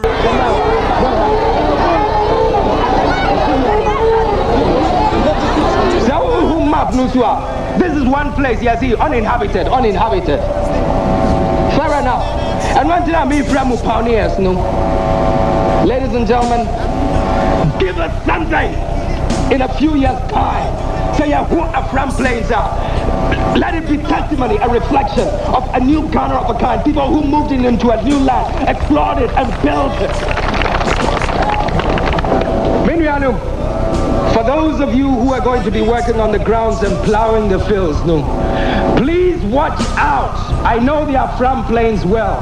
I've done tractor work before using plows, harrows, and the ease with which we can snap the chains, parts of the plow when you run into stumps. They are farm plains, the plains we call it, but so many bushfires, the irregular farming activities, the ground is full of stumps. You will find half the time you'd have your tractors packed because you busted a tire or you've broken a chain. So please, for those who are supposed to be doing the land clearing work, take note of this point, the stumps.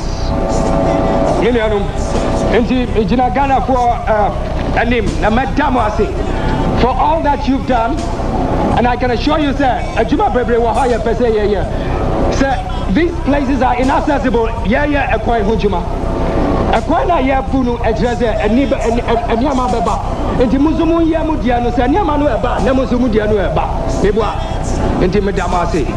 Thank you.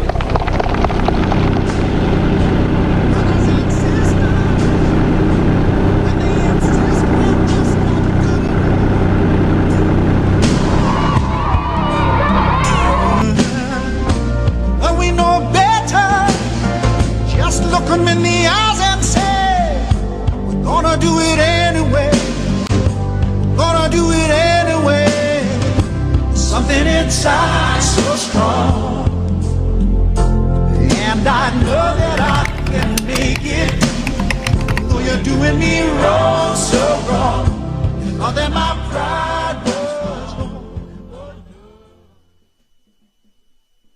The higher you build your barriers. Gold mining, especially, has seen significant improvement. At Obuasi, for example, the Ashanti Goldfields Corporation is sinking new shafts.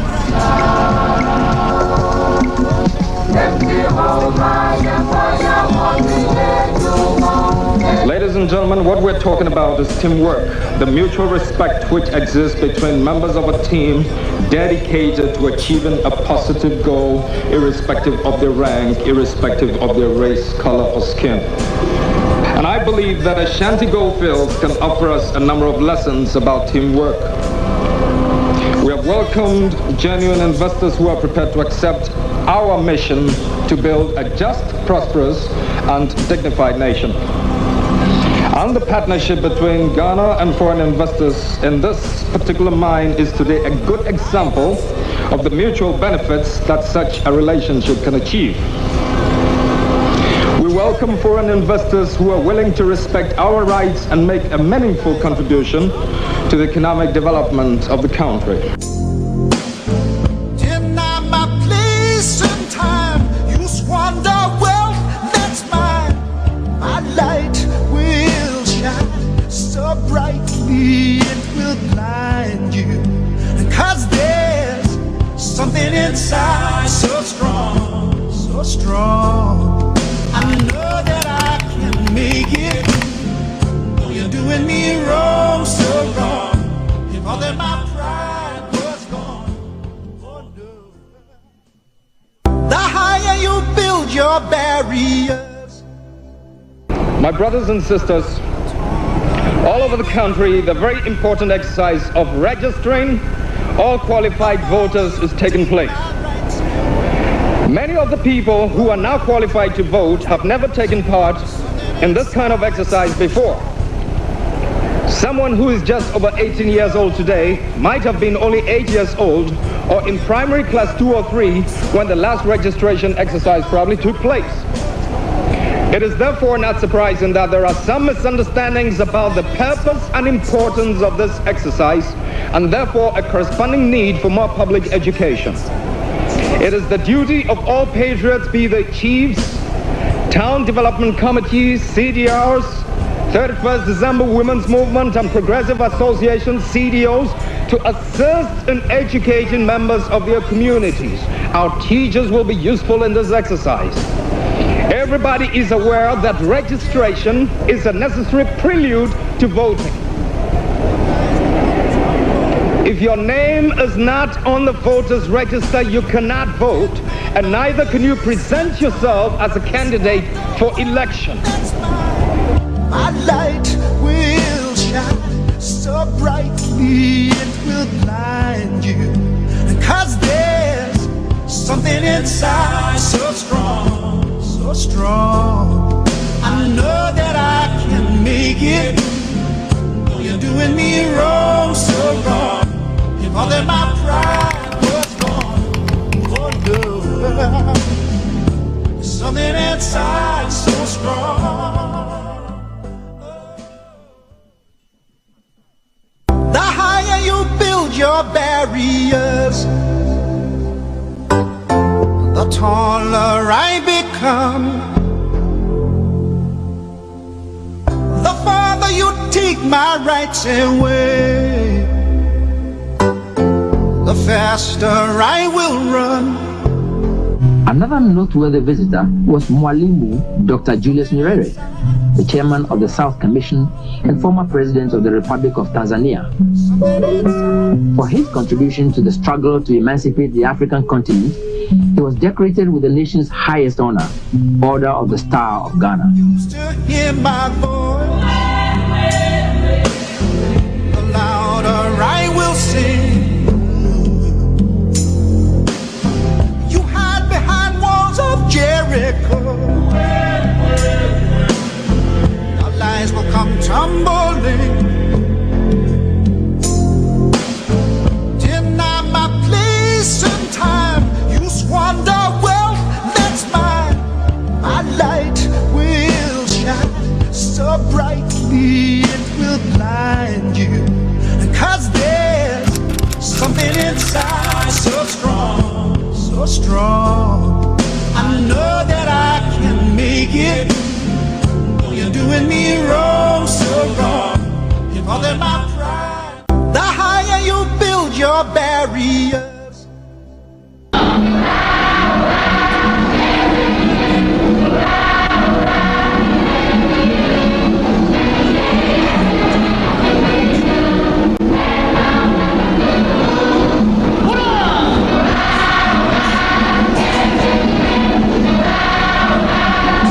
Groups of school children and organized dance troops, which normally turn out for official welcome ceremonies, were swallowed up by thousands of people who had walked several kilometers from the outskirts of Lome just to catch a glimpse of the man they had heard so much about.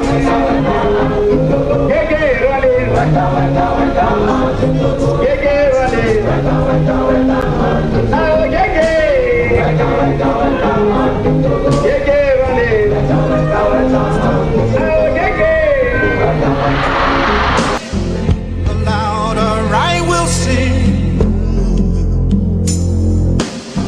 You hide behind walls of Jericho, our lies will come tumbling. Deny my place and time, you squander wealth that's mine. My light will shine so brightly it will blind you. 'Cause the higher you build your barriers. The swearing in of President-elect Flight Lieutenant Jerry John Rawlings. And at this stage, everybody will be expected to stand as the President is sworn in by His Lordship, the Chief Justice, Mr. Isaac K. Aban. And there you have the state sword. And let me remind you, it is in solid gold. I repeat after you. Rich, solid gold. Flight Lieutenant Jerry John Rawlings. Do in the name of the Almighty God. Do in the name of the Almighty God. Swear that I will bear true faith and allegiance. Swear that I will bear true faith and allegiance. To the Republic of Ghana. To the Republic of Ghana. As by law established. As by law established. That I will uphold. That I will uphold. The sovereignty. The sovereignty. And integrity of Ghana. And integrity of Ghana. And that. And that. I will preserve. And that I will preserve. Protect. And defend the Constitution of the Republic of Ghana. And defend the Constitution of the Republic of Ghana. So help him. So help me God. I know that I can make it. Though you're doing me wrong, so wrong. You thought that my pride was gone. Oh no. There's something inside so strong.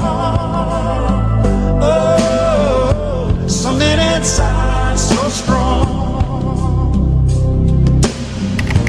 Brothers and sisters, when they insist we're just not good enough,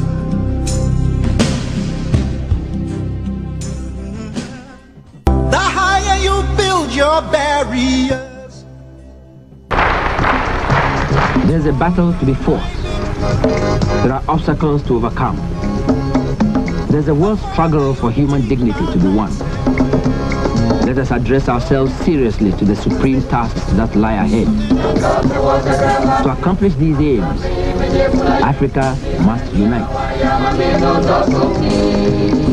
The fanciful flights of the imagination of the past have unloaded this cargo of disappointments on the very determined people of Ghana. In their disappointments, a new seed has been sown.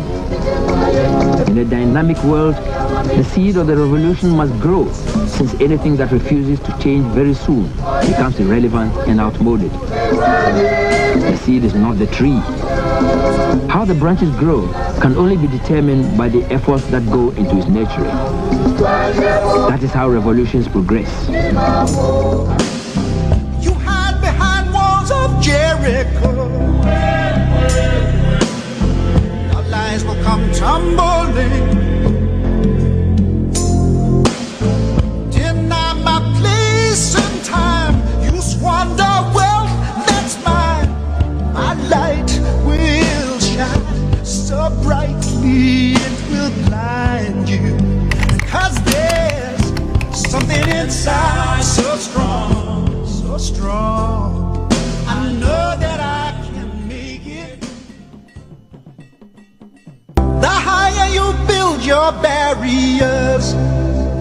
The swearing in of President-elect Flight Lieutenant Jerry John Rawlings. And at this stage, everybody will be expected to stand as the President is sworn in by His Lordship, the Chief Justice, Mr. Isaac K. Aban. And there you have the state sword. And let me remind you, it is in solid gold. I repeat after you. Rich, solid gold. Flight Lieutenant Jerry John Rawlings. Do in the name of the Almighty God. Do in the name of the Almighty God. Swear that I will bear true faith and allegiance. Swear that I will bear true faith and allegiance To the Republic of Ghana. to the Republic of Ghana. As by law established. As by law established. That I will uphold. That I will uphold The sovereignty. the sovereignty And integrity of Ghana. and integrity of Ghana. And that. I will preserve. And that I will preserve. Protect. And defend the Constitution of the Republic of Ghana. And defend the Constitution of the Republic of Ghana. So help them. So help me God. I know that I can make it. Though you're doing me wrong, so wrong. You thought that my pride was gone. Oh no. There's something inside so strong. Oh, something inside so strong. Brothers and sisters, when they insist we're just not good enough.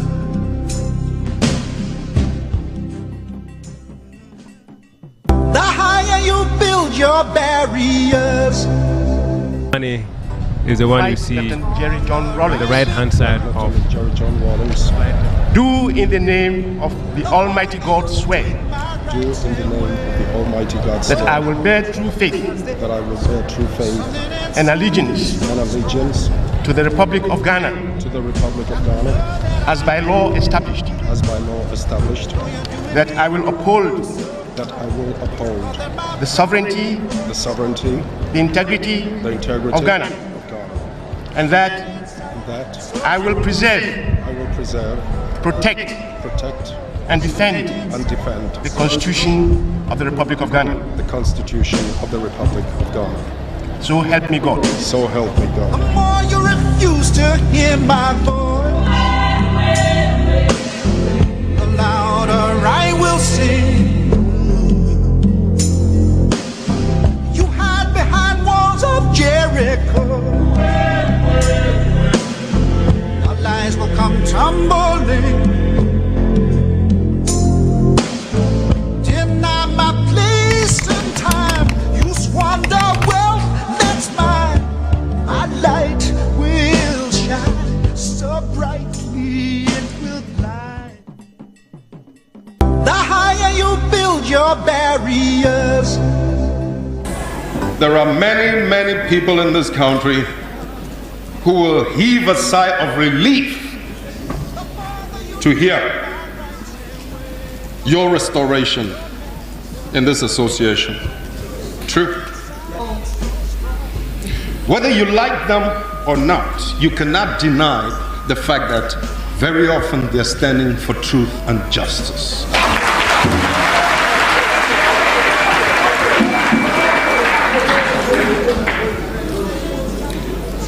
Even in the Bible, they tell us to obey our conscience, because that one tells you the ultimate truth. Very often, even when you run into places where you're not liked by the very people you're fighting for, if you ask them in their privacy, when they get into trouble, you're the ones they come to.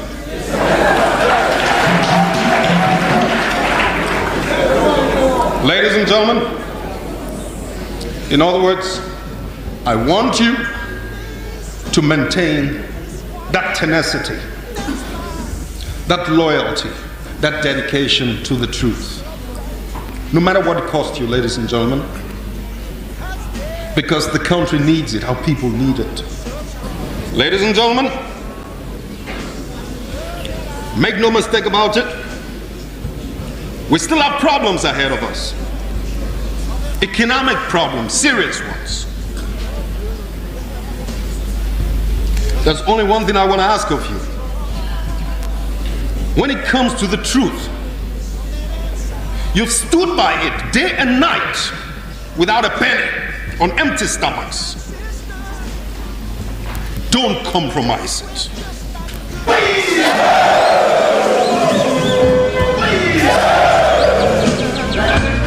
We know better. Just look them in the eyes and say, we're gonna do it anyway. Gonna do it anyway. Something inside so strong, and I know that I can make it. Though you're doing me wrong, so wrong. Oh, then my pride was gone. Oh no. Something inside. The higher you build your barriers, the taller I become.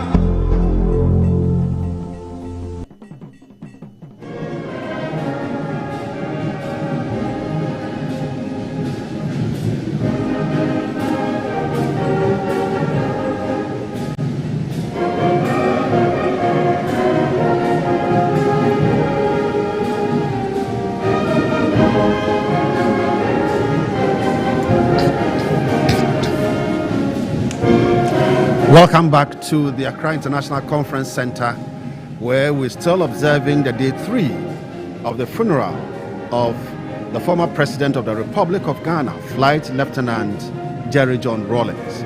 But before we take you through this afternoon's program, let's watch these pictures of activities that happened at the conference center today. The higher you build your barriers, the taller I become. The farther you take my rights away, the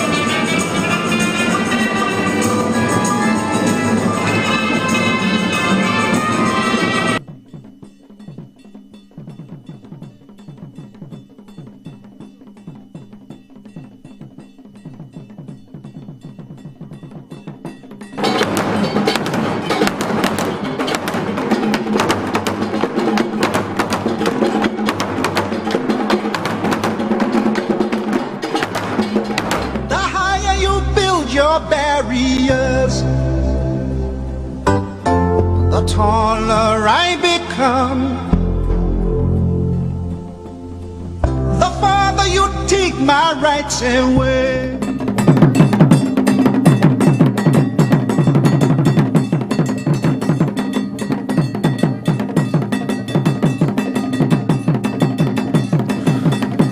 Welcome back to the Accra International Conference Center, day 3 of the funeral of former President Jerry John Rawlings. From the morning, we have seen the filing past of His Excellency the President of the Republic of Ghana and the First Lady, President Nana Addo Dankwa Akufo-Addo and Rebecca Akufo-Addo. We've also seen the Vice President and the Second Lady, that is Vice President Dr. Alhaji Mahmoud Bawumia and Samira Bawumia, also filed past. Now we saw the Chief of Staff. We've seen the former President John Agyekum Kufuor in an electronic wheelchair. And then we saw also the former President John Dramani Mahama and wife Lordina Mahama also filing past the remains of the former President of the Republic of Ghana, Jerry John Rawlings, Flight Lieutenant Jerry John Rawlings. The activity is about observing and really living the very example of beautiful life of ex-President Jerry John Rawlings. We had discussions with a couple of people talking about him, those who had worked with him. And most of the people who had spoken to are people that really lived with former President Rawlings and his activities at home. This afternoon, I have the privilege of being in the studio with Ambassador Patrick Hayford, High Commissioner of Ghana to South Africa 1997 to 1999, Director for Africa Executive Office of the United Nations Secretary General Kofi Annan from 1999 to 2005. Ambassador Patrick is here with me, and let me first welcome Ambassador. Ambassador Patrick, you are welcome to the studio. Thank you very much. Right. It's an honor to be here. It's a very big privilege for me to talk to such a distinguished person. And it is only unfortunate that it is happening at a time that we are going to bury another great person. But I think we all take consolation in the fact that it is building one mother Ghana. Yeah. And that is what we are looking out for. Absolutely. Yes. Ambassador Patrick Hayford, I want to talk to you about the foreign policy that J.J. Rawlings represented. It gets to a time people think that he was more African than being a Ghanaian because he really represented, and people from Africa really enjoyed him. Now, Ambassador Patrick, let's now look at how would you describe Flight Lieutenant Jerry John Rawlings, how the people of the rest of the world saw him? Well, thank you very much indeed, sir. You know, the first thing I'll say is this. The impact, the image, the influence of former President Rawlings was based on what he helped to bring about in Ghana. Now, sir, there's a context. Those of us of a certain generation remember when Ghana was a laughing stock. I remember there was a time there were quiz programs in Nigeria. What country in Africa has no soap, no toothpaste, etc., etc.? And everybody knew they were talking about Ghana. Those of us of a certain generation remember when you had to sit in your car for 2 days to get 1 gallon of petrol at the petrol station. those of us of a certain generation remember when tens of thousands of Ghanaian professionals, in the days of Kalabuli in the Kutu Achampong era, tens of thousands of our professionals left these shores to seek greener pastures. This was